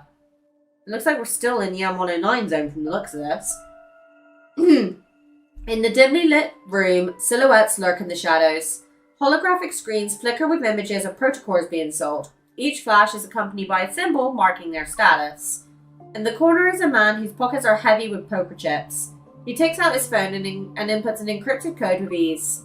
The dark web interface on the screen splutters and then pops up a series of windows even more mysterious. Oh. Anyone know about what happened in the no-hunt zone last night? Heard the core of the Protoville got wrecked at the M109 zone. Rumors say say over 50 wanderers showed up out of thin air, almost causing a riot. Maybe an ether core attracted the wanderers? Someone trying to frame the wanderers, maybe? Don't spread rumors. Some known protocol smugglers near the Silver Screen Hotel lead, question mark, investigate and report back. A photo appears on the screen. Surrounded by bodyguards, a notorious protocol merchant walks into the hotel. Oh god. Welcome to the Silver Screen Hotel. We work overtime for 2 months dealing with these protocol smugglers. After that, it's vacation time. Okay, hello, and who are you? Several hidden bugs and cameras fall as Simone deactivates them. She brushes off the dust on her hands and casually tosses a transmitter into the corner. After Operation Ether Ordeal secretly started, this is our first mission together? Huh. I figured we'd have chances to work together since you are also here. But things have gotten hectic with mission after mission. Look, I'm not doing this deliberately, okay? Simone used to be in the Unicorn's armament tech. She has the micro-modification evil. And ever since she increased my hunter's firing rate by 2-fold, we've got along well. Yeah, Lincoln's been a mess recently. I wonder when things will settle down. At least it's nothing compared to the N109 zone. What, Daddy? I heard you went in all by yourself 2 months ago. You made a mess out of Onikinus's protocol auction and left unscathed. You even managed to... She lowers her voice. Her tone is half teasing, half curious. You even managed to get your hands on a real ether core, right? Maybe. But who told you about this? This is the first time I've heard about it. Who told you? No one. But it does coincide with when you were away from the Association and the incident in the N109 zone. Shit. The Association launched a covert mission. Something about investigating the recent chaos in Lincoln. Simone trails off, but I know what she's implying. This operation is for the Association's best. A few probably noticed something was unusual. Relax. This is top secret stuff. There aren't even leaks, let alone whispers. Sylus getting us in trouble. I wouldn't mind catching a glimpse of this ether core to see what all the fuss is about, though. Anyway, the N109 zone whispers about an ether core, and suddenly the groups on the dark web go nuts. Sounds about right. I thought the Association wouldn't bat an eye, but then Captain Jenna showed up and dragged me into the Special Operations team. It feels like we stumbled into something big, and that rumor being passed around becomes a truth. I always believed the ether core existed. I just never thought there was more than one. If these smugglers have the real deal, that baby's going straight into my railgun. The elevator keeps climbing as if it's taken us to a rooftop that's directly under the space tunnel. For a second, I feel like I'm back under the N109 zone sky. Allow me to jog your memory. Okay, Daddy. From your past to your future, to even all the crimes you'll inevitably commit. I mean, you want to be my partner in crime? Because hell yeah. After all, you and me, we're the same. What does that mean? I need some help, Sylus. Oh, god damn it. I was hoping I was going to hear more. Ah! My memories are too fragmented and unclear. Is it because of this ether core? My hand touches my chest, the warmth pulsating like another heartbeat. Heads up, you two. We hacked the hotel's security system. You've been whitelisted and can come and go as you please. Nice. Andrew, the captain of data analysis, is micromanaging all intel for Operation Ether Ordeal. He's communicating via earpiece. Rendezvous in conference room 3909. It'll be showtime in 5 minutes. Okay. A holographic 3D map of the hotel flickers to life before me, modules snapping into place. Simone winks. She's very proud of her latest gadget. The moment you meet up with the target, Evo will be transmitted through your contact lenses device to alter his memories. Eh? He'll think you're the buyer he met before. You have a 30-minute window, so make it quick. Okay. Understood. We'll grab the items to see if an Ether core is present. Anyway, we can fight our way out if things go south. Are you doubting my new gadget or her evolve? Both. Simone adjusts my dress as she equips a protofield disruptor that's shaped like an earring. Our reflections stare back at us in the glass. Simone looks stylish in her secondary attire while I'm wearing a simple, elegant dress. I didn't think I would be an heiress again after I returned to working as a hunter. At least my time in the M109 zone taught me how to bluff. A ding announces that we've arrived on the 39th floor. Simone and I exchange a look. Here we are. Let's do this. Ha! So we're trying to get access to an auction and another Ether core. Ha. So how do we know we're not going to absorb it like last time? Okay, people, I'm back. I've got coffee because we need it. Honestly, I went back to work today and it was fucking torture. 1 hour later. With all this fuss, I thought I'd finally see the real deal. But these were all duds. Rip. While we didn't get an Ether core, the mission wasn't a waste of time. We have these modified protocors. The protocol smugglers are taken away and Simone and I return to the Hunters Association. Special authorization confirmed. Good job, everyone. Whoop whoop! Do your weapons or gear need to be maintained or repaired? Put them on the table. Nah, we're good. And just between you and me, Hunters Huntin' is serving a fancy meal tonight. Don't miss out. The little robot loudly whispers as it almost waddles to the armory with my weapon. Simone, your gear's suffered some wear and tear lately. Over 65% of it has been damaged in the past 2 weeks. If she didn't help you control your evil, that number would have been higher. 70% at least. Ah. Andrew is glued to his multi-screen setup. The windows flicker to life like a digital butterfly swarm. Look, if building a powerful weapon turns out to be a mistake, you can punish me. Also, lead Andrew, it's been 2 months already. Are there any signs of that Ether core? I can understand why the association hasn't told anyone about this. It can't be about saving face, no? Alright, check this out. Hey, Jenna. A rolled up combat uniform lands on the table. We look up to see Jenna walking towards the control desk. Captain, what's going on? A weird yet familiar feeling pulls at my chest. I unfold the uniform. There lies a flat, round object I recognize. It's a hurt knave's head. Huh? Simone wrinkles her nose in disgust. Without missing a beat, she snatches a pen from Andrew's desk and uses it to push the head away. She ignores the look on his face. How could they just leave a head? Where's the protocol? Jenna finishes drinking her water and rolls open a package. She takes out a bread roll. Because there was only the head. Fuck.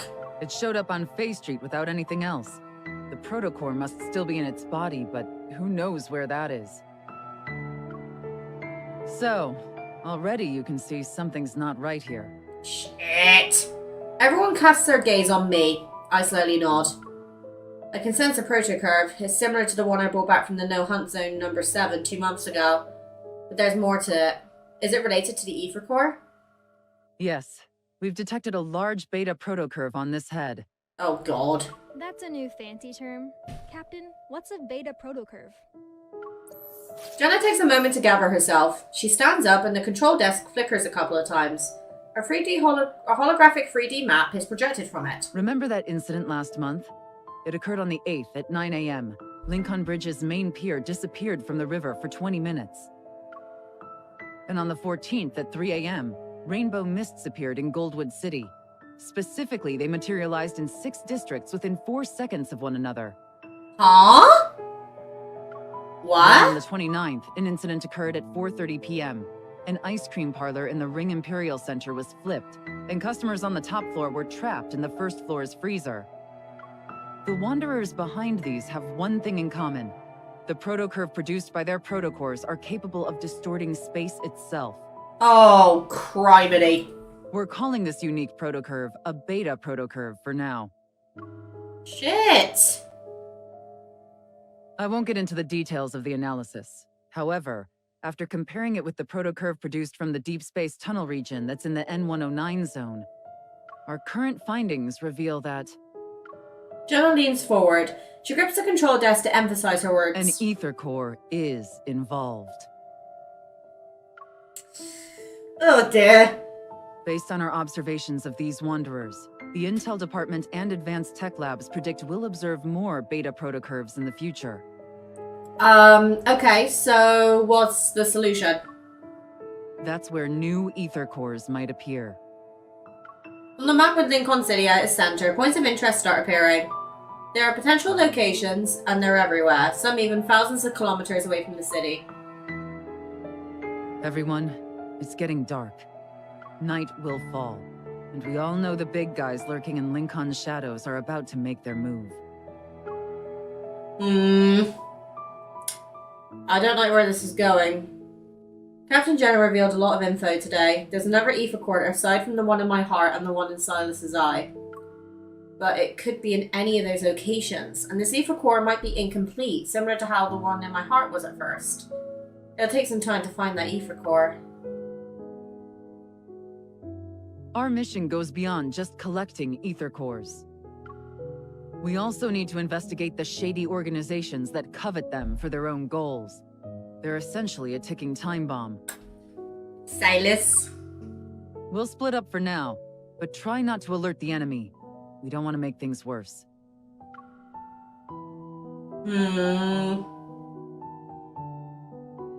Hey, I don't know what you went through in the N109 zone, but...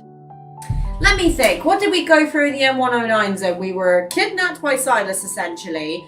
Forced to try and resonate with him for 3 days. We hated him. He tried to alter our linkage, which thankfully the man stepped in and intervened. We also recovered an ether core. We met Luke and Kieran. We met Mephisto. Like, honestly, we had the time of our lives there. And we nearly got laid by Sylus. Unfortunately, that did not happen, though. This operation is a marathon, not a sprint. Don't be a hero every 5 seconds. Patience is key. Oh mate, if I have to wait for if I have to wait until next year for Sylus for like a Sylus kiss card, I'm gonna be fuming. After spitting out my toothpaste, I put down my toothbrush and stare at my reflection in the bathroom mirror. I unearthed some interesting info in the association's archives today. There are also a few loose ends from my time in the M109 zone that need to be addressed. I should first deal with what I can right now, so... I wonder if we're going to see Sylus any more in the story now, because we've kind of gone off the grid with him a bit, huh? What's this?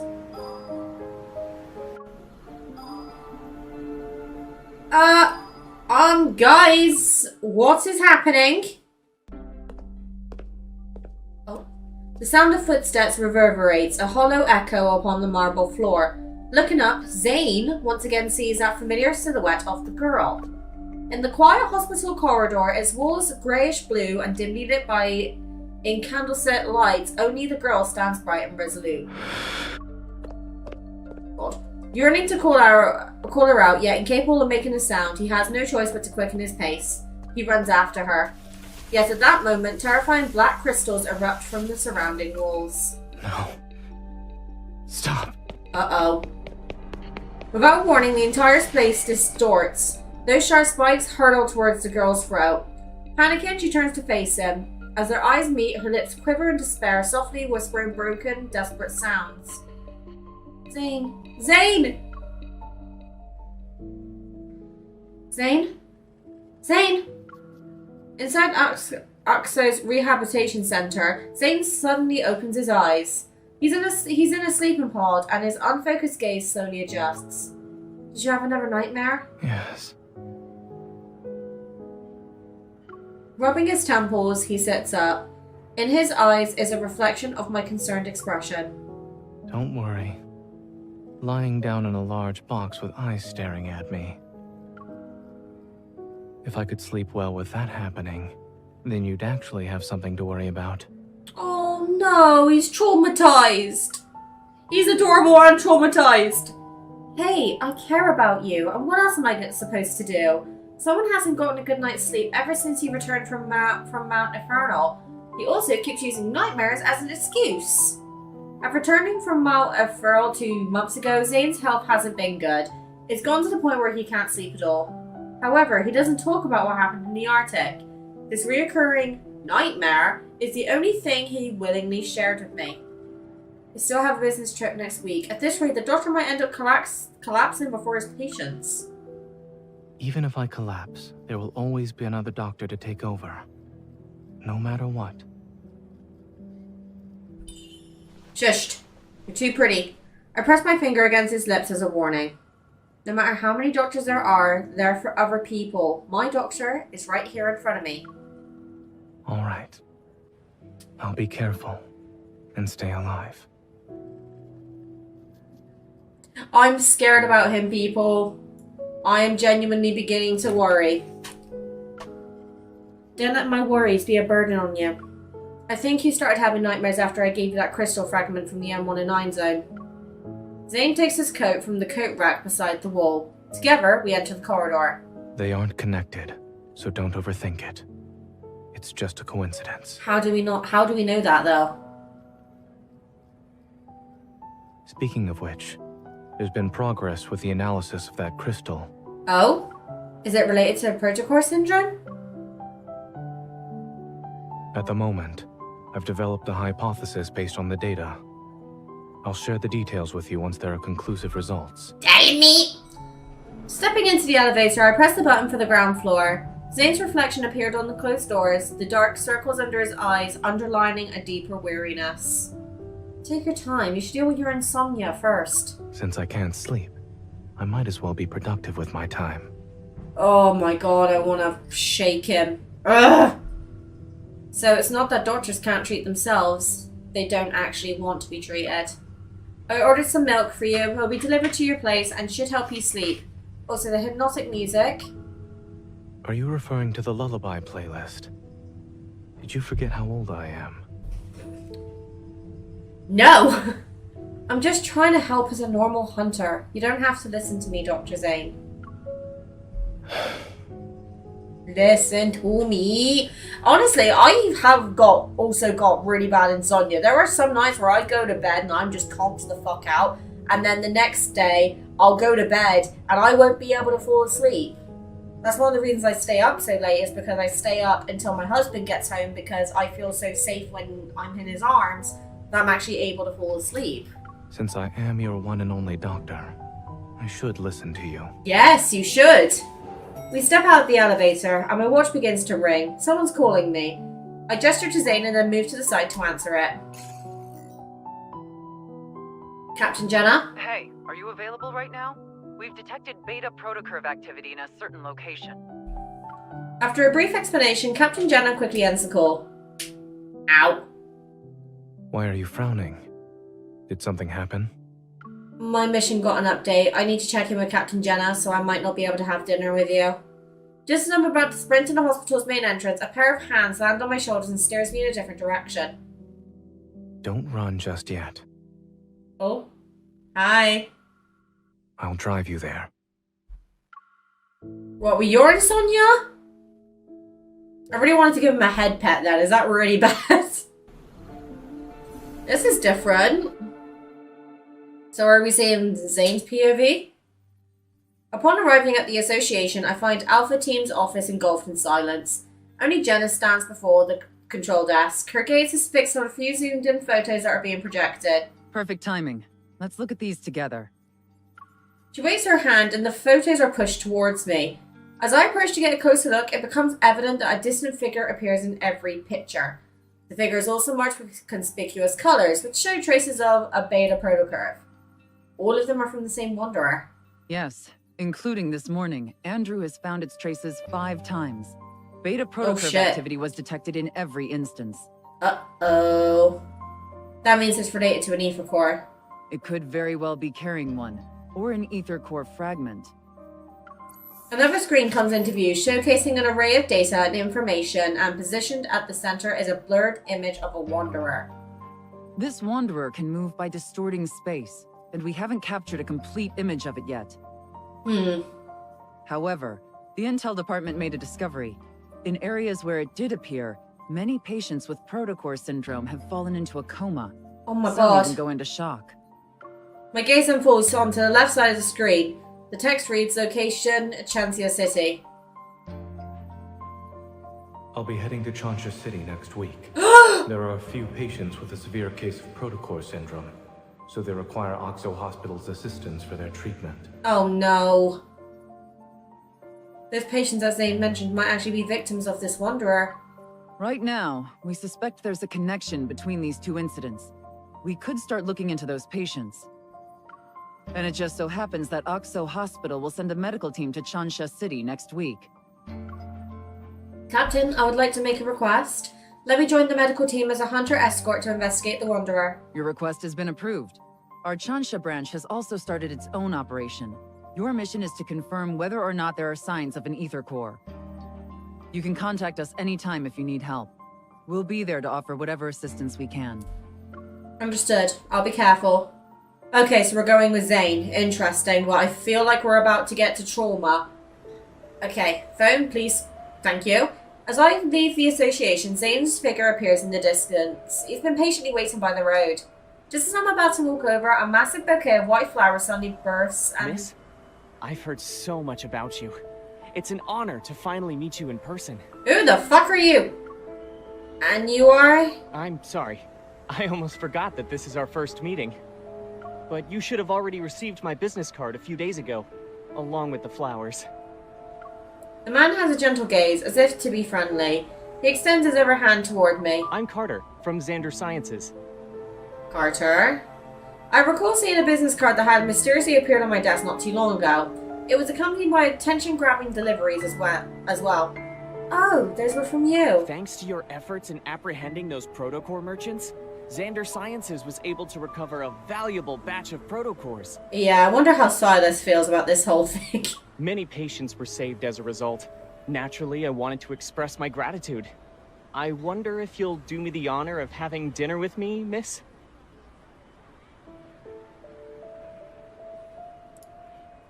This guy has got no fucking chance! She already has plans for tonight. Oh, Zane is getting protective! Hand pushes away the bouquet. Zane then pulls me to his side and he moves to stand between me and Carter. Upon seeing Zane's face, Carter's expression noticeably darkens. What a coincidence, Zane. It's been such a long time since we last saw each other. Why don't the three of us have dinner together? My treat. Oh my god, this guy is so desperate. My gaze quickly shifts from Carter's smile to Zane's indifferent eyes. I sort of understand what's going on. I'm sorry, Mr. Carter. The association strictly prohibits hunters from accepting dinner invitations for work purposes. Let's go. Just as I'm about to turn around, the bouquet blocks my path again. Miss, I understand there are rules about not having dinner, but the flowers didn't do anything wrong, right? Before I have the opportunity to decline, Zane swiftly takes the white roses. He glances at them, and with a blank expression, he gives the roses back to Carter. They're much appreciated. Unfortunately, there's no room for them in my car. Miss Hunter? With Zane holding my arm, I leave. Carter persistently follows us. Actually, I'm here to give you a reminder. The outside world isn't as safe as Lincoln. Be careful when you're traveling. Huh. Zane actually got jealous. Oh, he protect, but he also attack.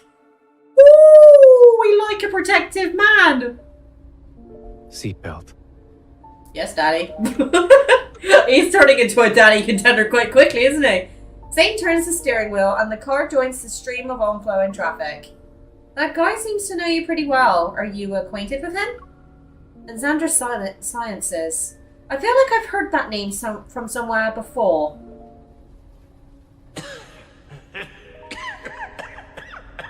Oh yeah, Raymond. Your colleague praised you, saying there are things only the two of you can do. I'm very curious now. Xander Sciences will provide you with the best staff, the best lab, and even the best treatment. I completely forgot about that. The person Raymond mentioned when we were at his place. That's Carter, right? We studied under the same professor. That's it. The paths we're walking are completely different. Huh. You two aren't quite like-minded from what I can tell. Also feel like he's a bit crazy. He is crazy. Oh?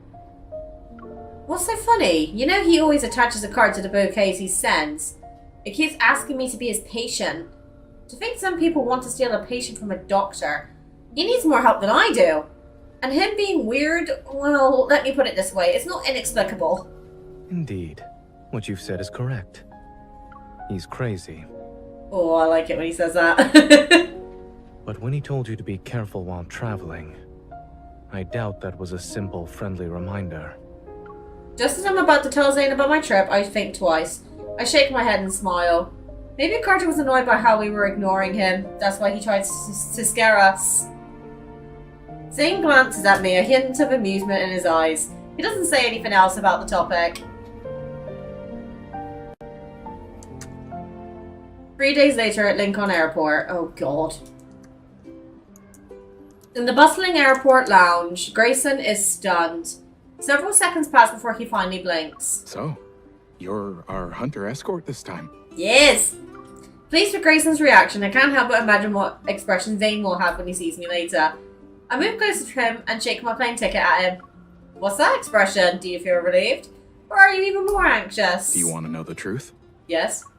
While Grayson's tone sounds like Carter's, a subtle tinge of concern appears on his expression. They say the hospitals are doing an academic exchange. But in reality, we're going there to help them. Why else would they send such a large team? Or even request a hunter escort for that matter? Ow, my foot. Having Zane fly all the way there, the situation must be pretty bad. Actually, the main problem is with one of the patients. Grayson lowers his voice and leans in closer. His biopsy results show that the crystals in his heart have a certain shape and structure that's different from the ones you'd see with protocore syndrome. Also, when he was admitted to the hospital, he caused a metaflux burst. Oh. As if worried I wouldn't believe him, Grayson takes out his phone and shows me a video. My friend who works at Chancha Hospital sent me this. All the flux stabilizers in the ER went down. It was a mess. In the video, the sound of an alarm fills the air and the light flickers uncontrollably. Despite the shaky and blurred footage, the chaotic nature of the scene is unmistakable. An abnormal heart, a sudden burst of metaflux. A picture starts to form in my mind, something strangely familiar. Thankfully, no wanderers showed up. But it's strange considering how high the fluctuation index was. The fluctuation index only tells us the chances of a wanderer appearing. It's not guaranteed. But given the nature of the energy fluctuation, it's weird not a single wanderer appeared. I watched the video again to search for anything I might have missed. Is the metaflux a result of the patient being exposed to that wanderer and the beta protocurve? Grayson, do you mind showing me the other documents related to this?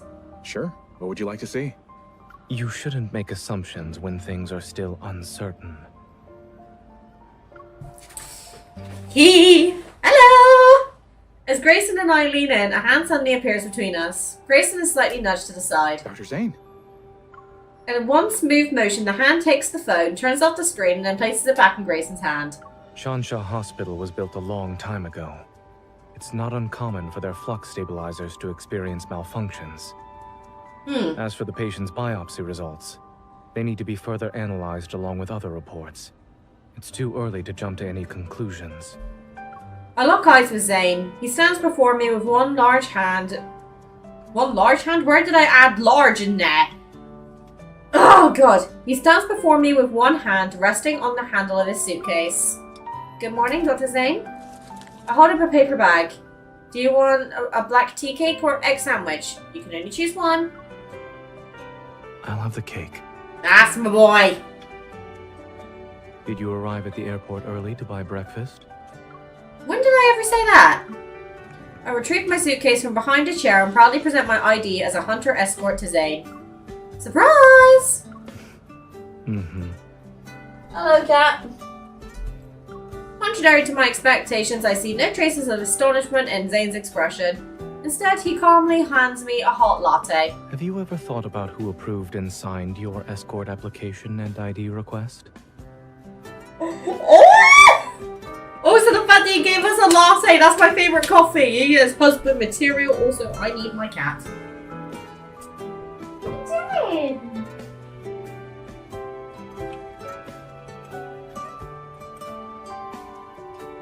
I have cats. He's getting so big now.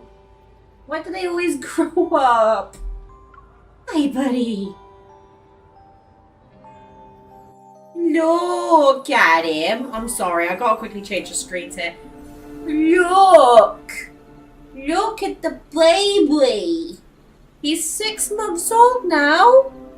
He is so floppy and he's fluffy and he's getting his winter coat now. Because it's getting cold in the UK now. Oh. This is my baby.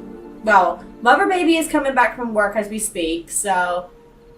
Okay, let me quickly go and sort him out and then I'll be right back. Because he's probably... What's the time? Oh shit, it's 10 o'clock. Yeah, he wants his dinner. Bear with me. Okay, now that the cat's and the beast's hunger has been sated, let's continue. Oh god. The flight takes several hours. Eventually, the plane lands at Chancellor Airport. Boarding the shuttles sent by Charles's hospital, the medical team immediately heads to their destination. The chief of surgery, his hair already starting to grey, exchanges pleasantries with Zane before quickly delving into a conversation about the patient. They're on ECMO. After the open heart surgery, adhesions began to develop. Oh god. And this morning, we saw the crystals spreading. They're very close to the lungs now. Oh. Then we'll have to perform surgery as soon as possible. Zane quickly flips through English, is not my first language. Zane quickly flips through the patient's medical record while putting marks on the paper. Crystal extraction is already a complex procedure. Those adhesions, we're worried the patient won't be in a stable condition while under anesthesia. This is our only option. We must perform the surgery. Let's reassess the patient's health and proceed once his physical condition allows it. I don't know, I'm feeling uneasy about this. A few hours later, the surgical lights are turned on in the operating room. The rhythmic sounds of medical equipment reverberate. Led by Zane, a team of medical staff focuses on the surgery at hand. The observation room is filled with people, and their gaze are fixed on a large screen. On it, a pair of hands uses a scalpel to meticulously remove tiny crystals. Clear the view.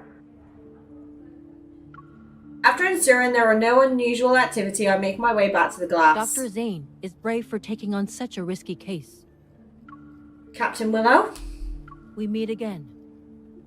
During my previous visit to Chancia City, we worked together. After exchanging formalities, she shows me the updated data. In a matter of seconds, the record of a wanderer's recent activity appears on my watch's built-in 3D map. I managed to traverse the entire city in 5 minutes. I've never seen a wanderer move that fast before. Captain Jenna said though there's no clear of the wanderer yet. Do you have any new leads? We did some comparisons. Aside from the protocurves not aligning, the wanderer closely resembles Mist. But if you look at all the data, the traits that this wanderer exhibits are different from the myths I've seen. Yeah. I don't know what got into it, and how it managed to hide so well. Perhaps the ether core made it mutate or something? Suddenly, discussion erupts next to us. It draws my and Willow's attention to the screen. A scale-like tiny crystal is slowly being peeled away from the edge of a blood vessel. Surgeons have some steady hands, huh? That crystal is exactly like the ones on the monsters in the M109 zone. Zane must have noticed it too. Regaining my composure, I immediately look at him. Under the surgical cap, his eyes remain calm and focused. He continues with the procedure until the crystal is placed onto a surgical tray. Does it look alright on the ultrasound? Yes, it came off. Any bleeding? No. Let's wrap it up. Applause erupts throughout the observation room and relief washes over me. However, I feel a strange, unusual tremor in my chest. Something is rapidly expanding. Metaflux. The alarm from the flux stabilizers resounds throughout the entire operating room. Captain Willow and I exchange a look and immediately get to work. She starts evacuating the spectators while I run to the intercom. Zane, a wonder is about to appear. You need to move. Dr. Zane, the patient's blood pressure is dropping. Increase the adrenaline to 0.1 micrograms. The alarm becomes louder. I immediately pull out my gun and aim at the area where the energy fluctuation has peaked. The faint energy fluctuation dissipates, yet the tremors I feel in my chest show no signs of subsiding. Zane, you need to leave or else it'll be too late. The patient's vitals are unstable. Moving them isn't feasible right now. Through the glass, Zane looks up at me, his gaze calm as ever. Can you suppress the accumulating metaflux with your evil? I meet Zane's gaze that carries a subtle attempt to comfort me. My attention turns to Grayson and the others who are visibly worried. They wait for my response. I'll do my best. Give me 5 minutes. Let's continue. Oh god, I would not be able to do a surgery in that sort of circumstances. Jesus fucking Christ. I feel stressed and I'm not even there. Bloody hell. Oh my god, this game. Using my evo and the flux stabilizers, I successfully buy the necessary time for Zane to finish the structuring. When the surgery ends, the metaflux suddenly dissipates as if what happened earlier was an illusion. Other medical staff will handle the follow-up procedures. I change out my Ceratal suit. Just as I'm catching my breath, Zane pulls me into the lounge where no one's around. Hi. Give me your left hand. I'll do a quick evil examination. Oh, he still cares about us, huh? Zane sets down a metal tray, picks up a cotton ball soaked in medicine and begins to disinfect my hand. I'm fine. I might have overdone it, but my use of my evil is better than before. While that is how you feel, I suggest waiting for the results and listening to what your primary care physician has to say. Also, a cool sensation emanates from the palm of my hand as he holds my fingers. He applies patches to each one. you should be well aware that the metaflux earlier wasn't something an ordinary wanderer could generate.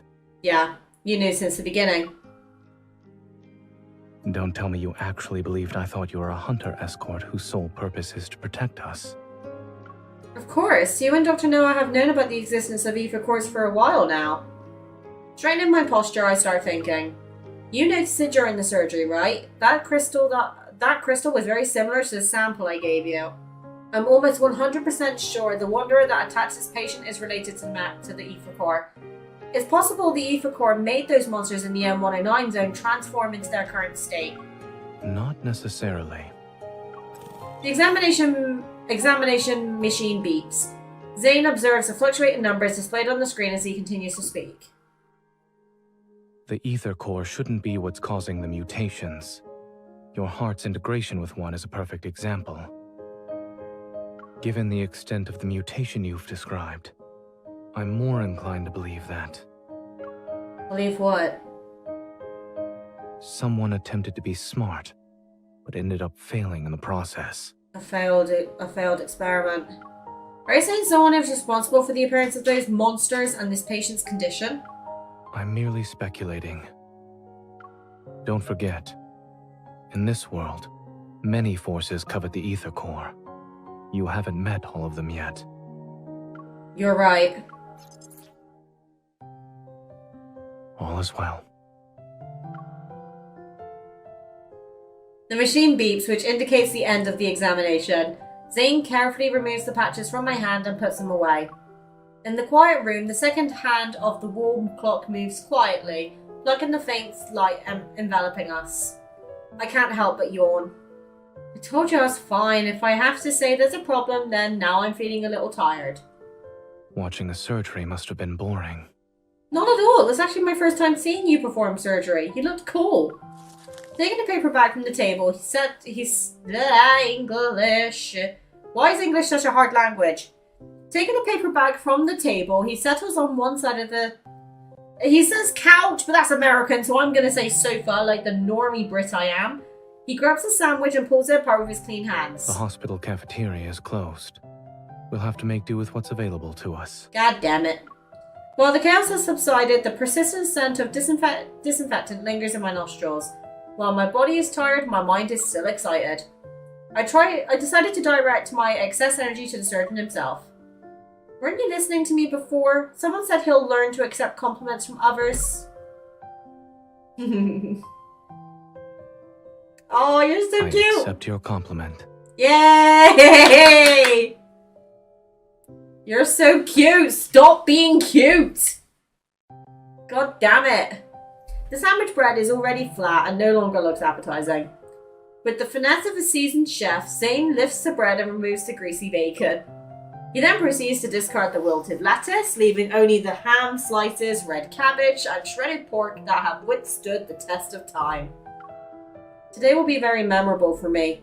Not only did I see you perform surgery for the first time, but I also had the privilege of observing a sandwich undergo surgery.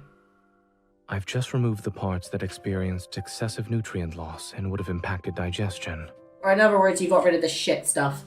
Is nutrition one of the things you research? Is there anything Dr. Zane can't master? I have to admit that when it comes to accepting compliments, I'm not very good in front of you. Oh! Why just in front of me?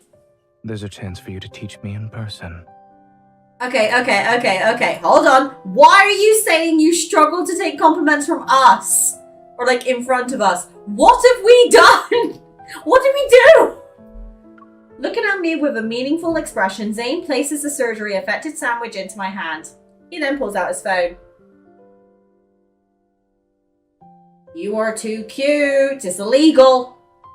Baffled, I lean in and watch as Zane taps on the message notification. He opens up a new medical team group chat which was created earlier today.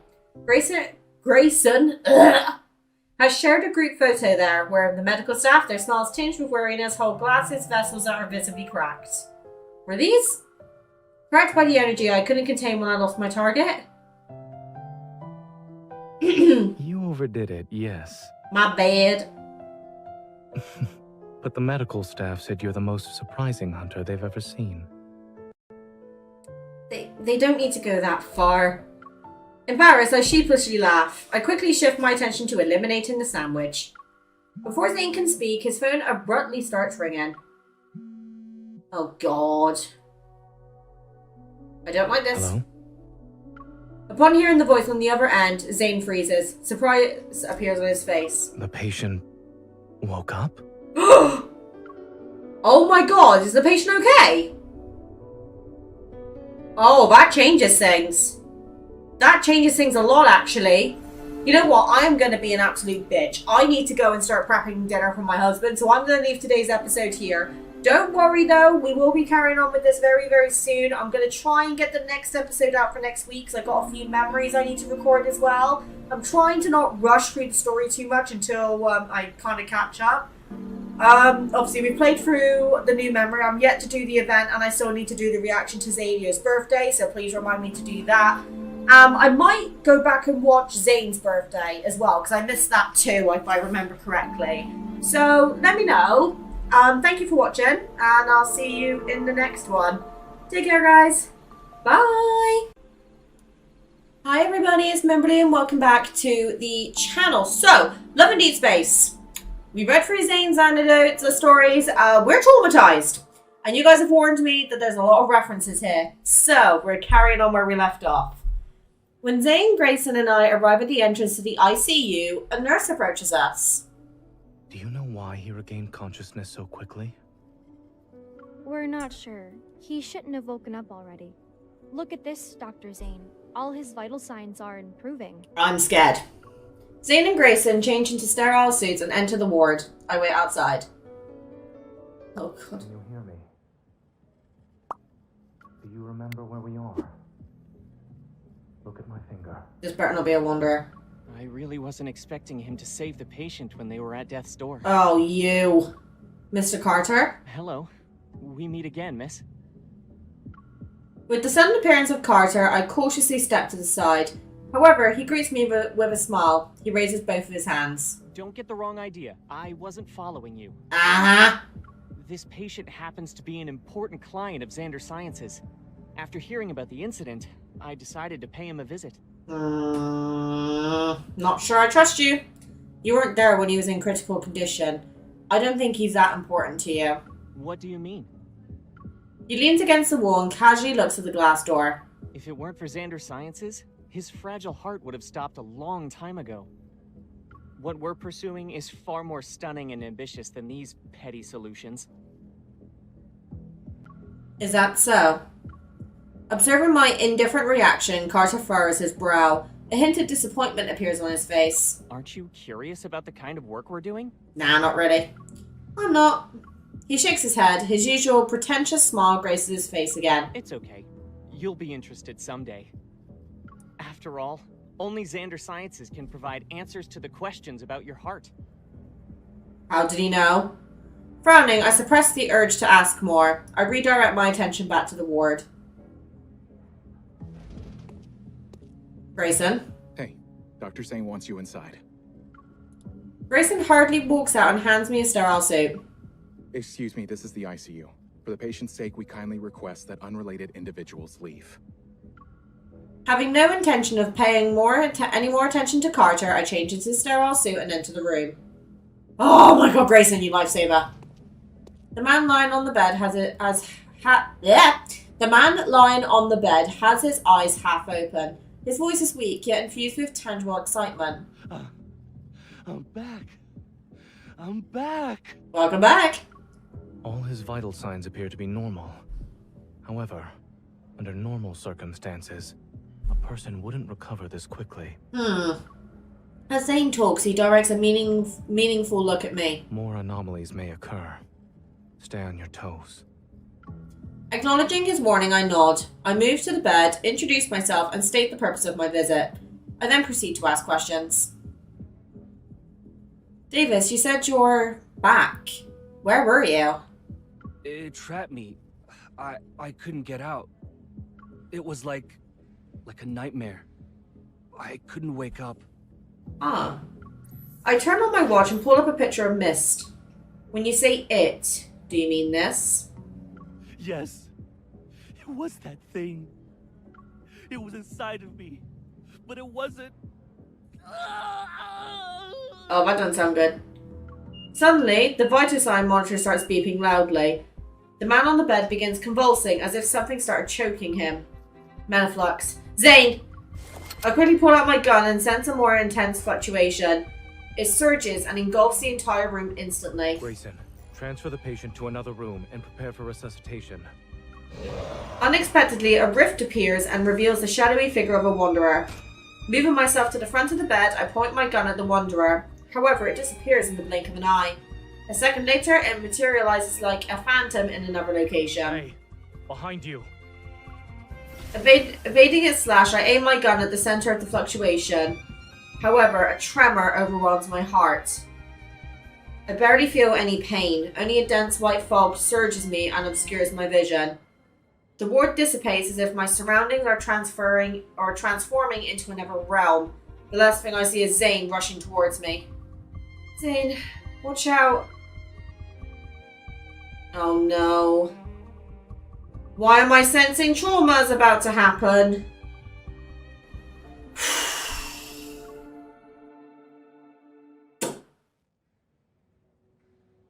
It feels as though my body is plummeting into a thick fog. The sensation of weightlessness threatens to push my heartbeat out of my chest. Amid the chaos, I muster all my courage to find something, anything, to hold on to. And after what feels like forever, my feet touch solid ground. My surroundings become clear. Bathed in dim, feeble light, a long corridor appears before me. Its end remains hidden in the mist.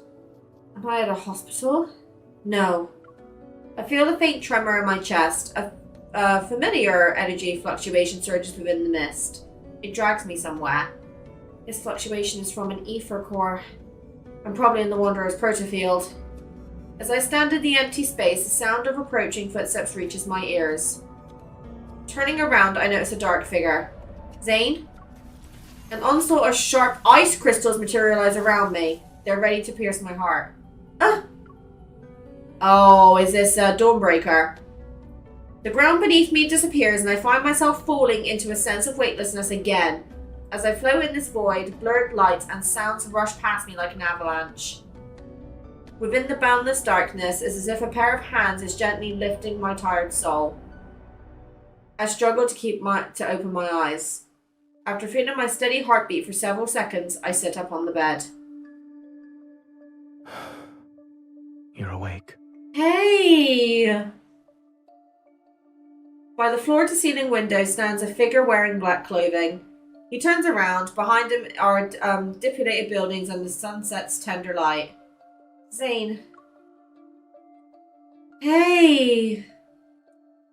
Oh my god, I'm so relieved to see you. That was scary. The figure takes another step, his appearance nearly overlapping with the dark figure I had seen before. I move back. How are you feeling? After hesitating for a moment, I reach out and touch his cheek. I trace his eyebrows and the contours of his face. I recognize the figures I know so well. In this silence, he remains motionless. He just looks at me. Oh, he understanding. He protect. I'm fine. I think I just had a dream.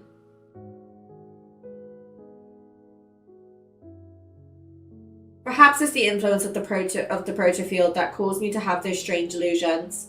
Shaking my head to clear my thoughts, I shift my gaze and focus to the room. The cracked greyish walls enclose a space where a sofa, holographic screen, refrigerator, and various functional home appliances exist in close proximity. It looks like the home of someone who struggles with living a normal life. Do you remember what happened in the ward? The wanderer that suddenly appeared, the tremor in my heart, and Zane running towards me. Memories gradually find their way back to my mind. Are we still in the Wanderer's protofield? Yes. Following Zane's gaze, I get up from the bed and join him in looking out the window. As the final remnants of twilight vanish, the city stands before us under a light blue sky. Its dissolution is evident. This place is a rusted skeleton of its former self.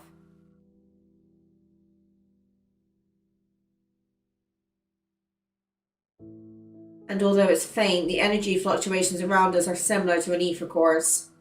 This Wanderer's protocore must possess an ether core's energy. But in my dream, it's as if the chill from those ice crystals still lingers in the air. I grip my arms more tightly. You're awake now. Remember that whatever you dreamt about was only a dream. Aww. A blanket is draped over my shoulders. I reach out, but he walks away before I can touch him. Zane opens the refrigerator, revealing a collection of peculiar bottles of mysterious liquids and a jar half filled with chocolate. After opening the jar, he offers a few pieces to me, their packaging unexpectedly fancy. I'm not hungry. According to my perception of time, you've been unconscious for 2 days. Huh? If you don't eat or drink something, I'm afraid you won't have the energy to find the Wanderer. The scent of chocolate sriracha's the air and ignites my appetite. What if the Wanderer launches a surprise attack while we're resting? Despite my words, I find myself sinking into the worn-out couch. I unwrap the chocolates of Zane. I look up and my gaze falls upon a bit of vibrant green on a desk. There's a flower pot with a jasmine in it. It sticks out like a sore thumb in this desolate world. While the branches and leaves retain their green hue, the stem has already started to wither. Is it normal to see jasmines in a Wanderer's protofield? What are you implying? The patient who was attacked by the Wanderer fell into a nightmare. They were trapped in their own dream. In other words, the environment we're currently seeing in the protofield must also be a manifestation of someone's dream. And I don't remember ever seeing anything here. This is your dream. So this is your dream?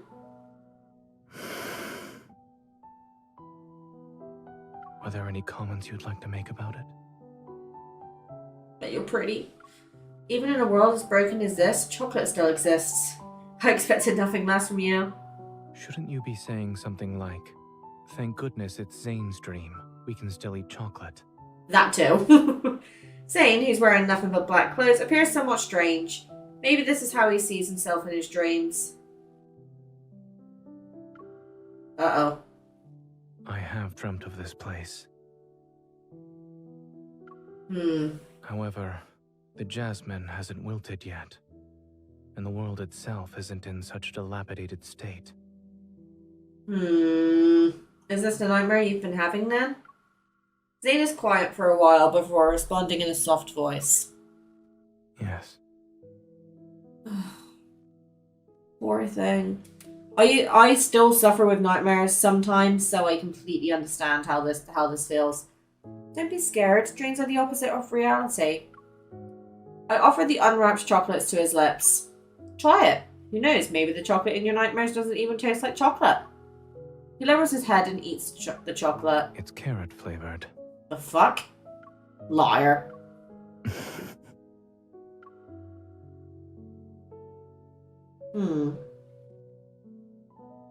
He looks out the window again, where the silhouette of a bird flies across a darkening sky. Since dreams are the opposite of reality, perhaps I'm not a doctor in this one.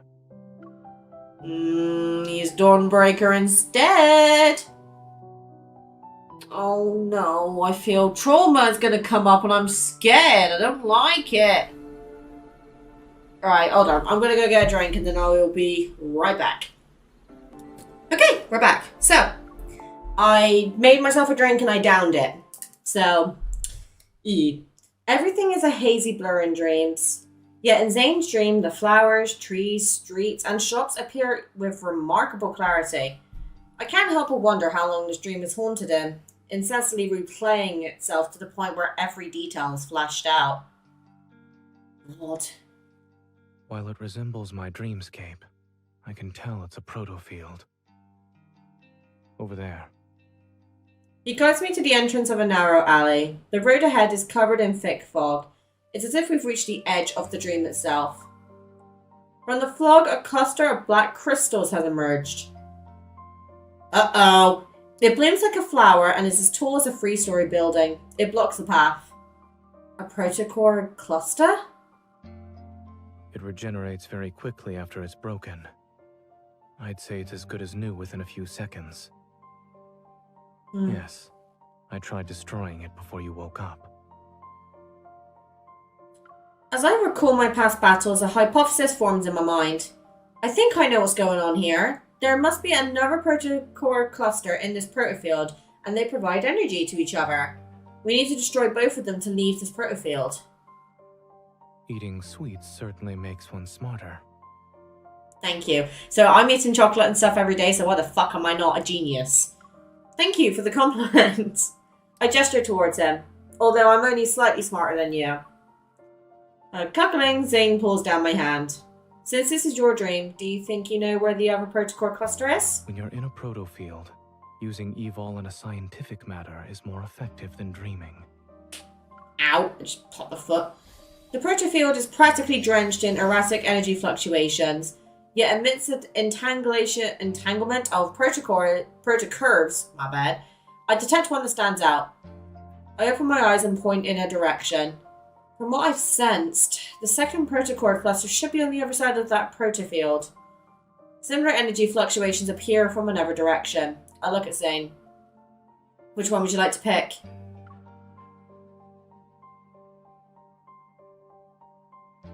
Zane looks into the distance. I don't know if I imagined it or not, but some sort of emotion stirred in his eyes. The one that's farthest away. The far end of the city is cloaked in black mist, resembling the gaping maw of a beast hidden in the shadows. Nope, I want that one. I understand that this is your dream, so you know where the dangers are, but are you going to face him alone again? This is my dream. I can get to my destination faster than you. But your dream isn't exactly being nice to you right now. Maybe the more you try to use it, the more I will use you instead. Let me go instead. The look in his face is like concern. Don't push yourself when you're in trouble. I got your back. That's a tip from your hunter escort. Smiling, I take a step and pass his back. Without waiting for Zane to respond, I wave and start walking. Don't push yourself. That's a tip from your primary care physician. Behind me, I hear a soft sigh followed by Zane's words that are tinged with worry. Turning around, I catch a glimpse of him standing in the shadows.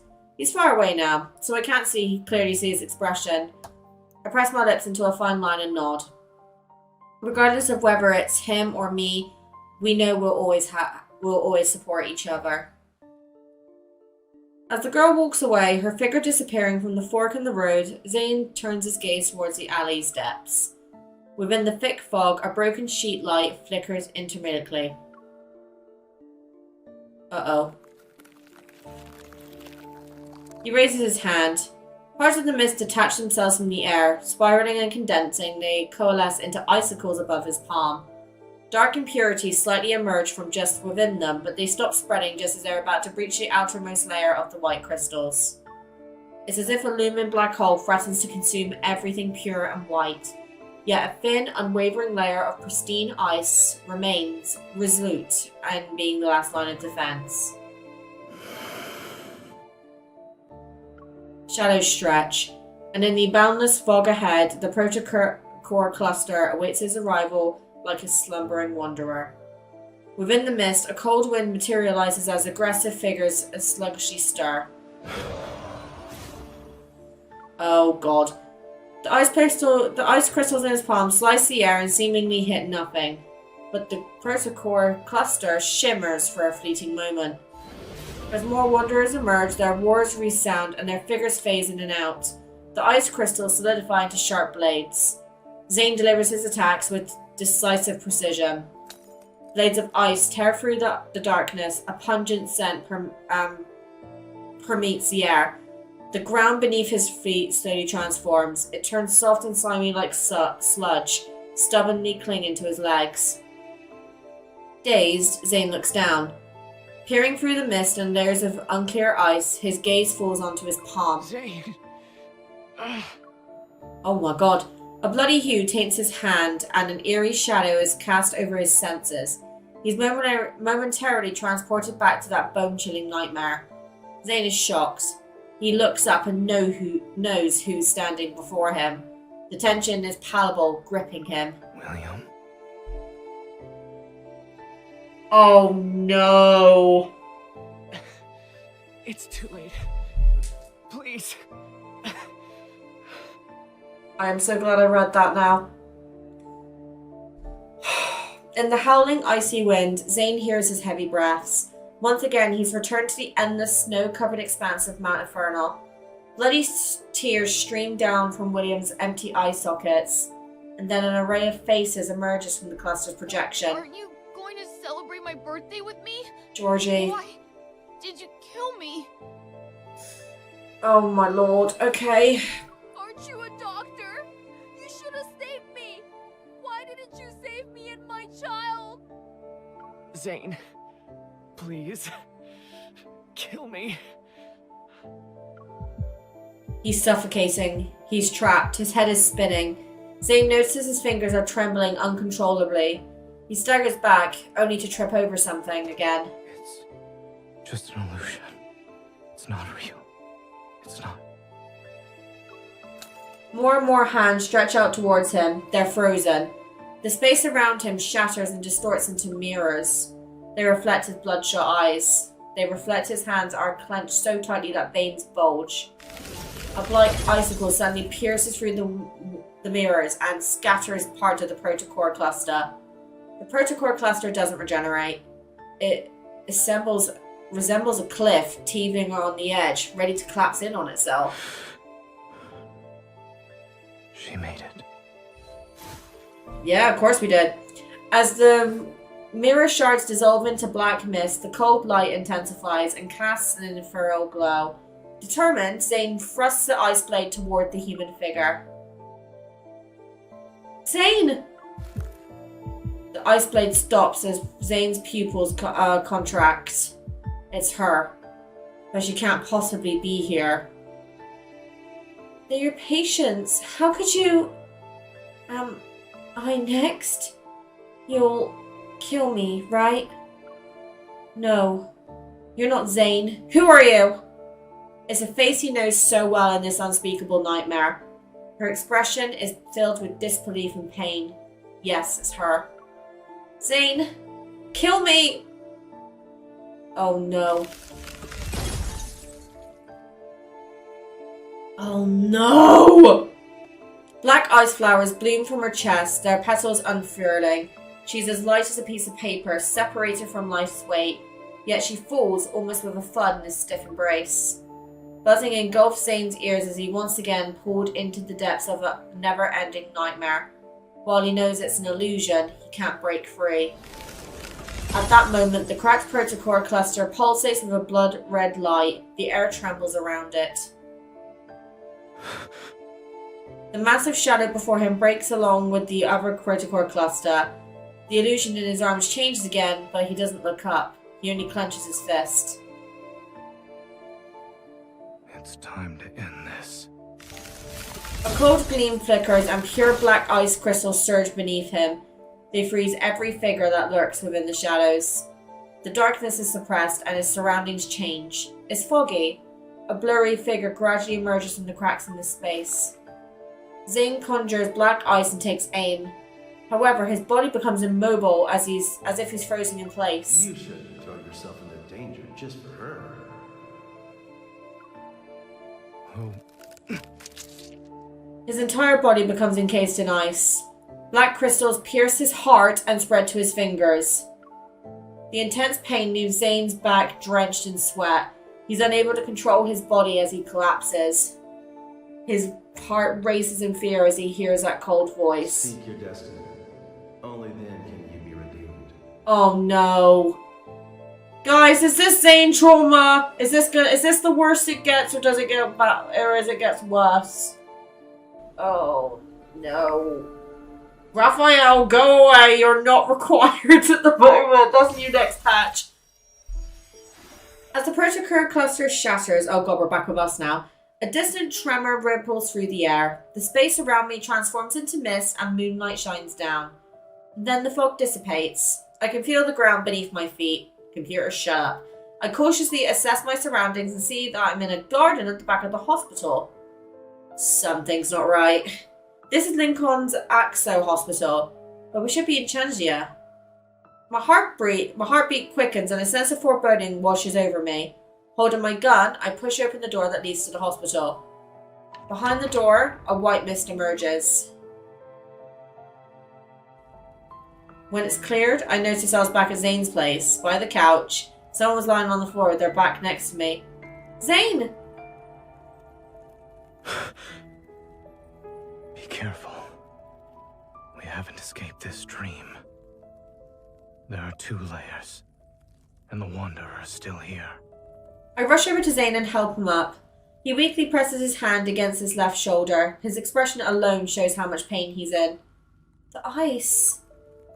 Zane clutches his left hand and moves away from my hand. The ice. It's dangerous. Don't touch.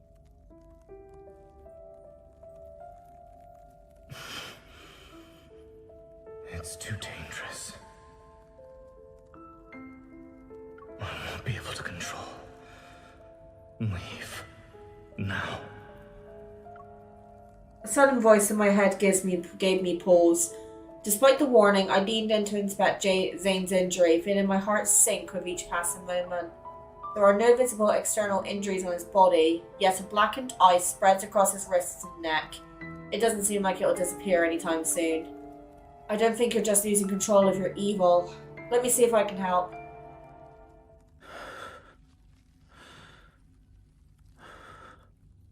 Don't worry. I'm fine. It was just... You are not fine, my boy. It doesn't look like you're fine. It starts to melt. Since my method's working... just sit tight for a while. Don't waste your time on me. We can still go after her. Focus on taking care of yourself first. From now on, you listen to me. It doesn't matter if it's health or combat. There's no use resisting. If I were you, I'd just listen and follow along. I'll help you suppress your ego first. My left shoulder, a little lower.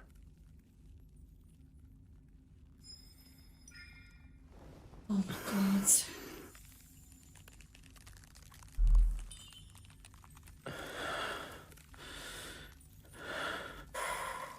I would hope so.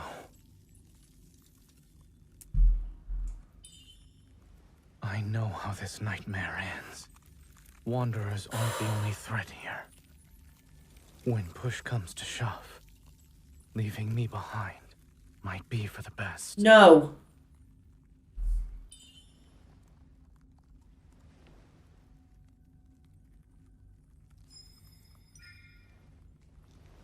I always keep my word.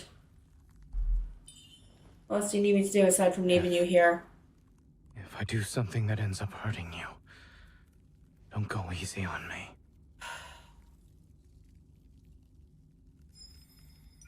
You wish. Didn't you agree you'll do whatever I say?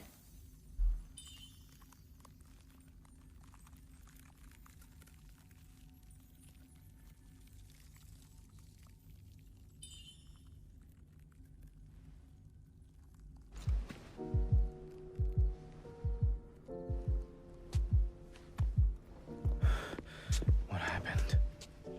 Uh-oh.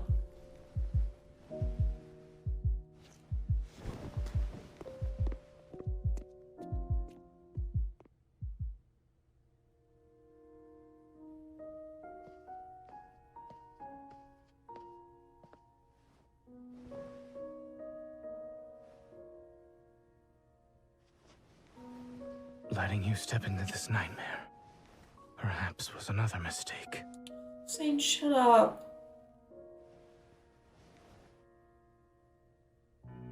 But at least I have one last choice.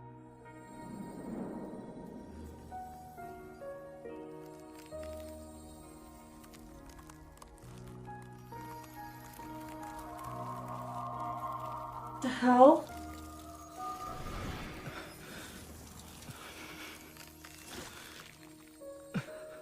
Oh no, you did not.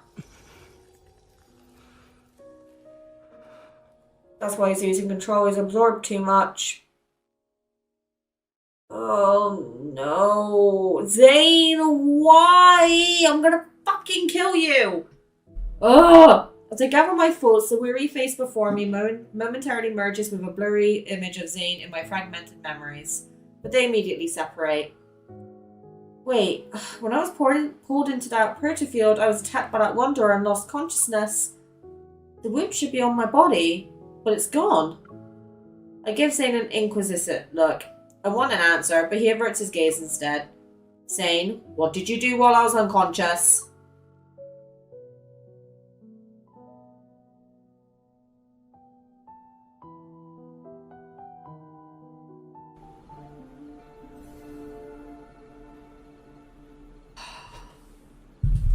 I'm gonna need a break after that, bear with me.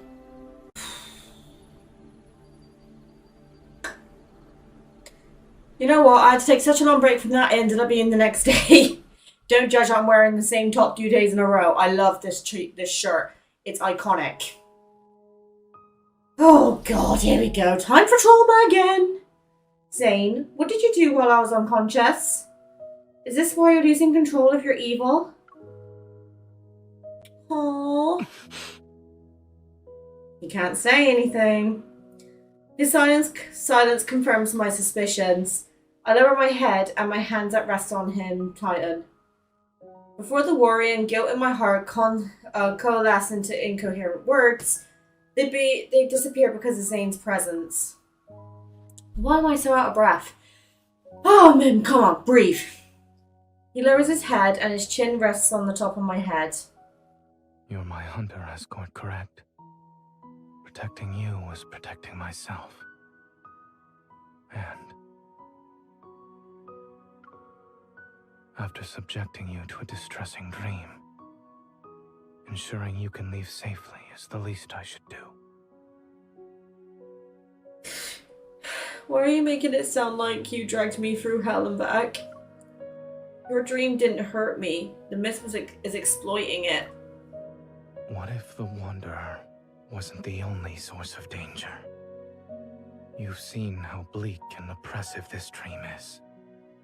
As you said, it's not exactly being nice to me.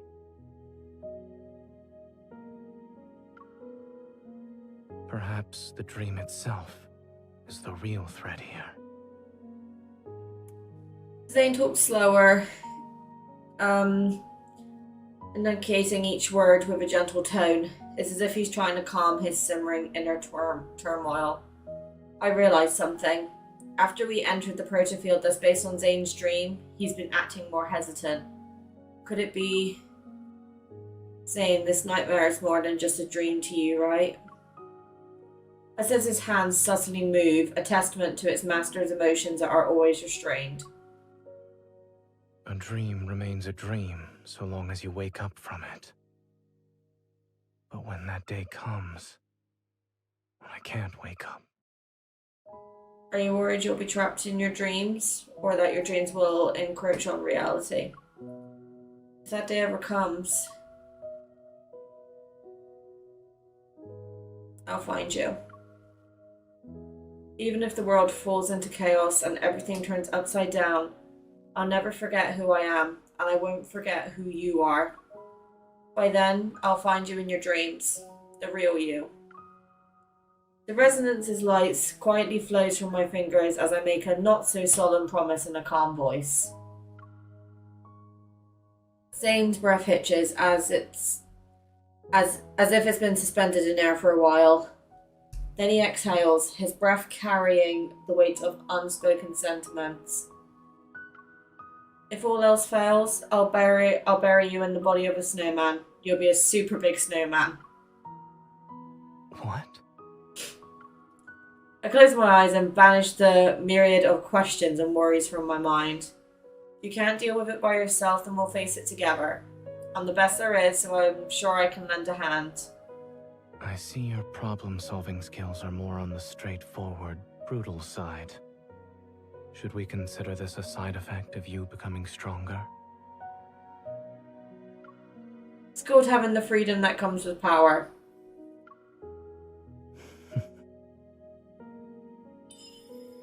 Oh.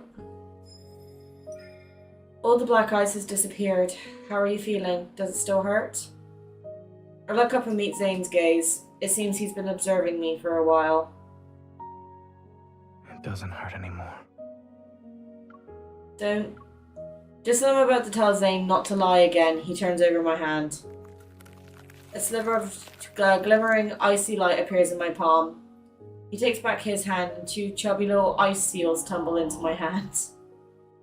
You get two. As an escort, you are very professional while on the job. This is your reward, since I have nothing else to give you.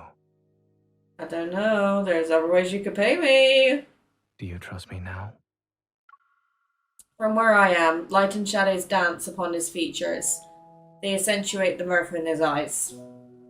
You keep telling me not to push myself, but you also need to stop disregarding your safety. He nods. I clench my hand and reach out to him. I help him stand on his feet as I get up. He said this dream has 2 layers. Are we in the outer zone because we broke the inner layer? Zane doesn't refute my statement. He turns around and He turns around and walks ahead to open the door. We step out to be greeted by the night breeze. We retrace our steps through the corridor and return to the hospital garden, which feels familiar yet strange. A mutated Wanderer's protofield defies normal logic. It could be hiding anywhere. Outside the hospital, skyscrapers rise like towering concrete trees in a forest. Meanwhile, the rest of the city stands in eerie silence. I can use my evil to return the protofield to its original state. Negative consequences born from mistakes don't need to be fixed. The sky swiftly darkens as if time itself has been accelerated. We have no choice but to destroy this place. Wait, you're evil. We'll do it together.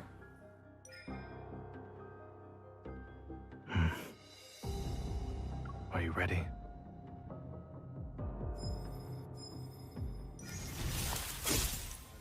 Black snowflakes drift from our interlocked fingers. The night wind momentarily suspends before us, swirling into a frenzied flurry once more. Beneath our feet, a vast expanse of ice crystals blossoms. The ground, the buildings, and even the particles floating in the air were all ensnared in the swift spread of the chilling night, wrapped in its icy embrace. In an instant, the entire world froze into a black amber.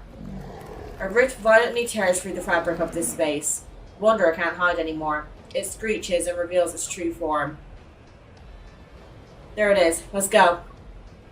Zane's cloak flutters wildly in the wind. Amidst nightmarish darkness, an icy glimmer materializes in his hand. Let's end this before the breaking dawn arrives. Dawnbreaker! Ooh! Am I gonna have to fight him? Yes. Only level 15? Oh, come on, you're playing with me! Most of my memories with Zane is at least level 40 by now. And only that because I've been guessing a lot of missions and things that recommend using him, so I don't really have much choice here. We don't have much time. Let's make this quick. Okie Here dokie. it comes. Watch out. Oh, I'm making me use the sword. Ugh, I'm not using the guns! It's your turn. No problem. Oh, that was cool. Won't escape. Watch where it's going. It is falling apart. Make sure to dodge the attack. Zane.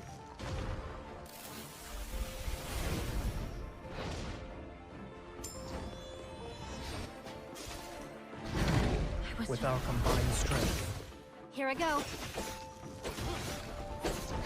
Bring it on. Be careful. You won't escape.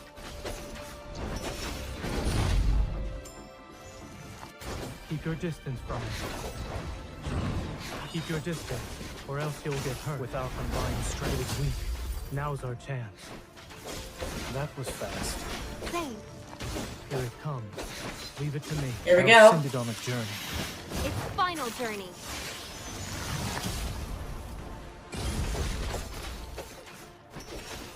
It recovered. Be careful. Don't rush. Let's see what it's up to. Watch out. I'm okay. Let's take it down first. With our combined strength. Here I go. My turn. You won't escape. Zane. Here is nice teamwork. Perfect.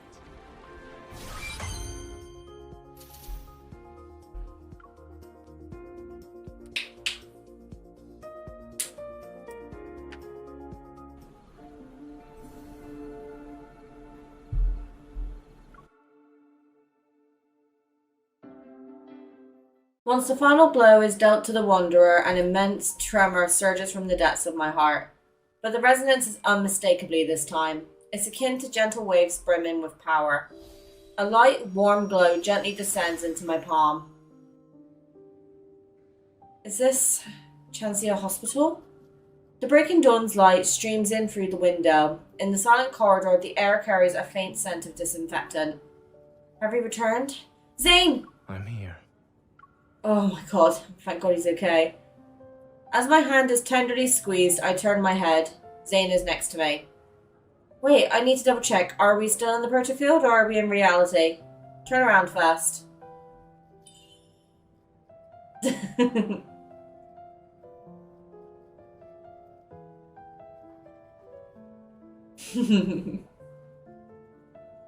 And turn back now.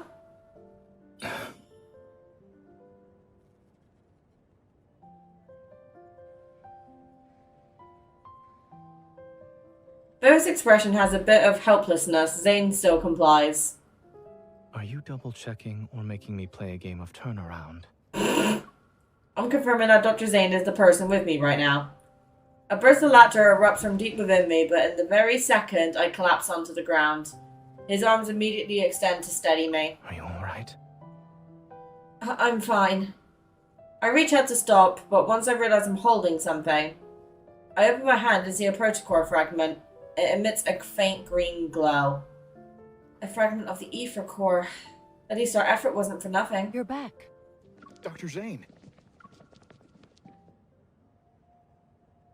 Captain Willow and the others rush over from the opposite end of the corridor. Their expressions reflect a mixture of relief, joy, and concern. Are you two okay? You're not hurt, are you? Nah, just traumatized. It's been 3 whole days since you were trapped in that Wanderer's proto field. Everyone's been worried sick. 3 days? From Captain Willow, I learned that exactly 3 days have passed since we entered the peculiar protofield. The patient has been relocated to a secure ward and is now out of danger following restitution. During this time, the entire hospital was being protected by Chancia's city hunters who carried out a thorough investigation. By the way, we discovered a strange device while investigating the ICU. Huh? Speaking in a quieter tone, she gives me a sealed, transparent bag. We found it hidden inside a flux stabilizer that was sitting in a corner. Almost went unnoticed. Ever since that incident happened in the ER, the hospital's flux stabilizers have been examined or replaced. So only recently did someone tamper with one of them. I take the sealed bag and show a grateful smile. I'll ask the association to conduct an investigation. We're back in Lincoln City, huh? I open the door to Zane's home. It's quiet. Zane? I tiptoe into the living room. Zane is peacefully sleeping on the couch. The curtains gently flutter in the warm breeze. Light and shadows glide from his nose to his chin. Is he sleeping, or...? I move closer and place my hand over his chest. Phew. He's just sleeping. He must be exhausted.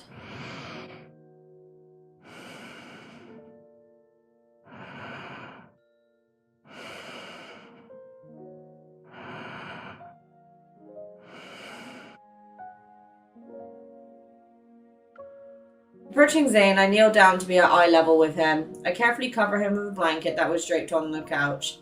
The tension on Zane's furrowed brow dissipates. His breathing is steady and his expression is serene and relaxed. I look at his face, the thoughts in my mind racing as I reflect on the whirlwind of events that have unfolded lately.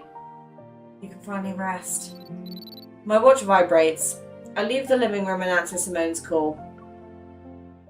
Oh yeah, Simone. She was the girl who. Yeah. Results are out for the thing you brought back. Yeah. Tell me.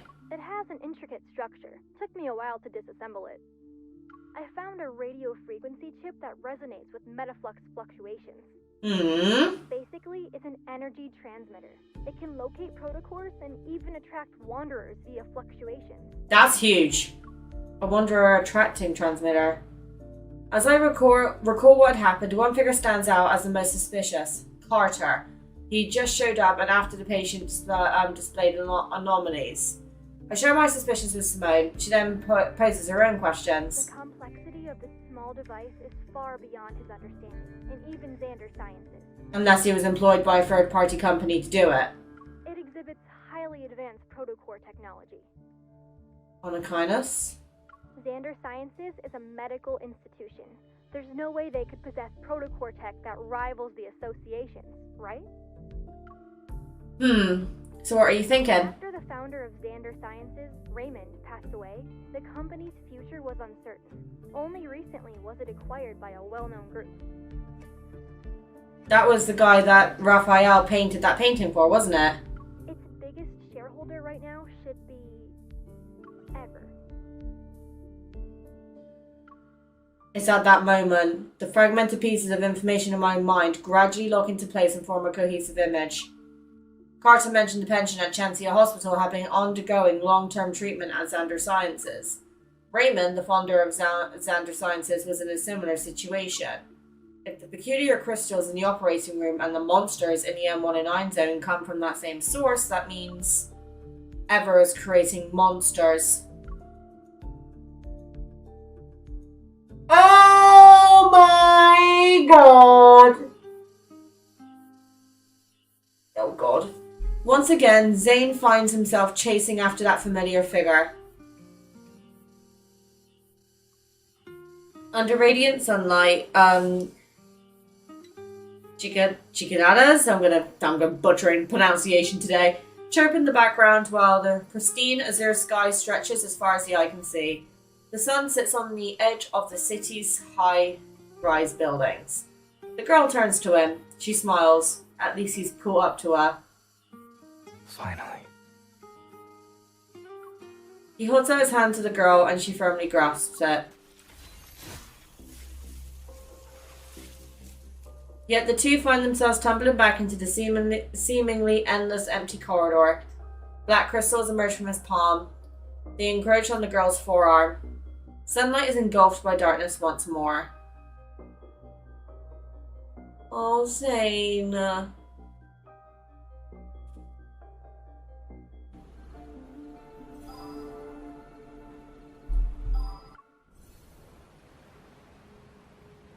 Oh my god! Guys! We caught up before Zane and Raphael's story arc came out! Oh my god. Right, okay, I've got a few things to discuss about that. But first off, what a fucking story. Definitely, I want to give all of you in the comments and all of you watching a shout out first off for actually letting me know to read the anecdotes before playing this bit. Because none of that would have made anywhere near as much sense had I not read it. So you guys are the MVPs for this, not me. Second of all, I never expected ever to be involved this big. Like, if I'm being honest, my brain, I didn't say it because my brain was kind of processing what was being said, but at one point my brain was going to, oh, on a kindness maybe, but I'm thinking Sylus will not really get involved in that sort of thing, I don't think, even though I know they do modify protocols. So I'm not too sure. Plus the fact, let's also not forget that Sylus has a ether core in his eye. I think it's his, I want to say his right eye, I think. But, oh my god, I did not expect the story to be this engaging. Like, oh, I'm as hooked with this one as I am with Honkai Star Rail and the Trailblazer. So, I am so excited to see what this game's got next for us with Raphael. But I want to thank you guys for watching and supporting me through the story. We will be catching this up as soon as the Raphael story arc comes out, and I am dropping some more Raphael content over the next couple of days so I can kind of somewhat catch up before that drops. But let me know what you guys thought of this, and I will see you guys very, very soon. Take care, guys. Bye.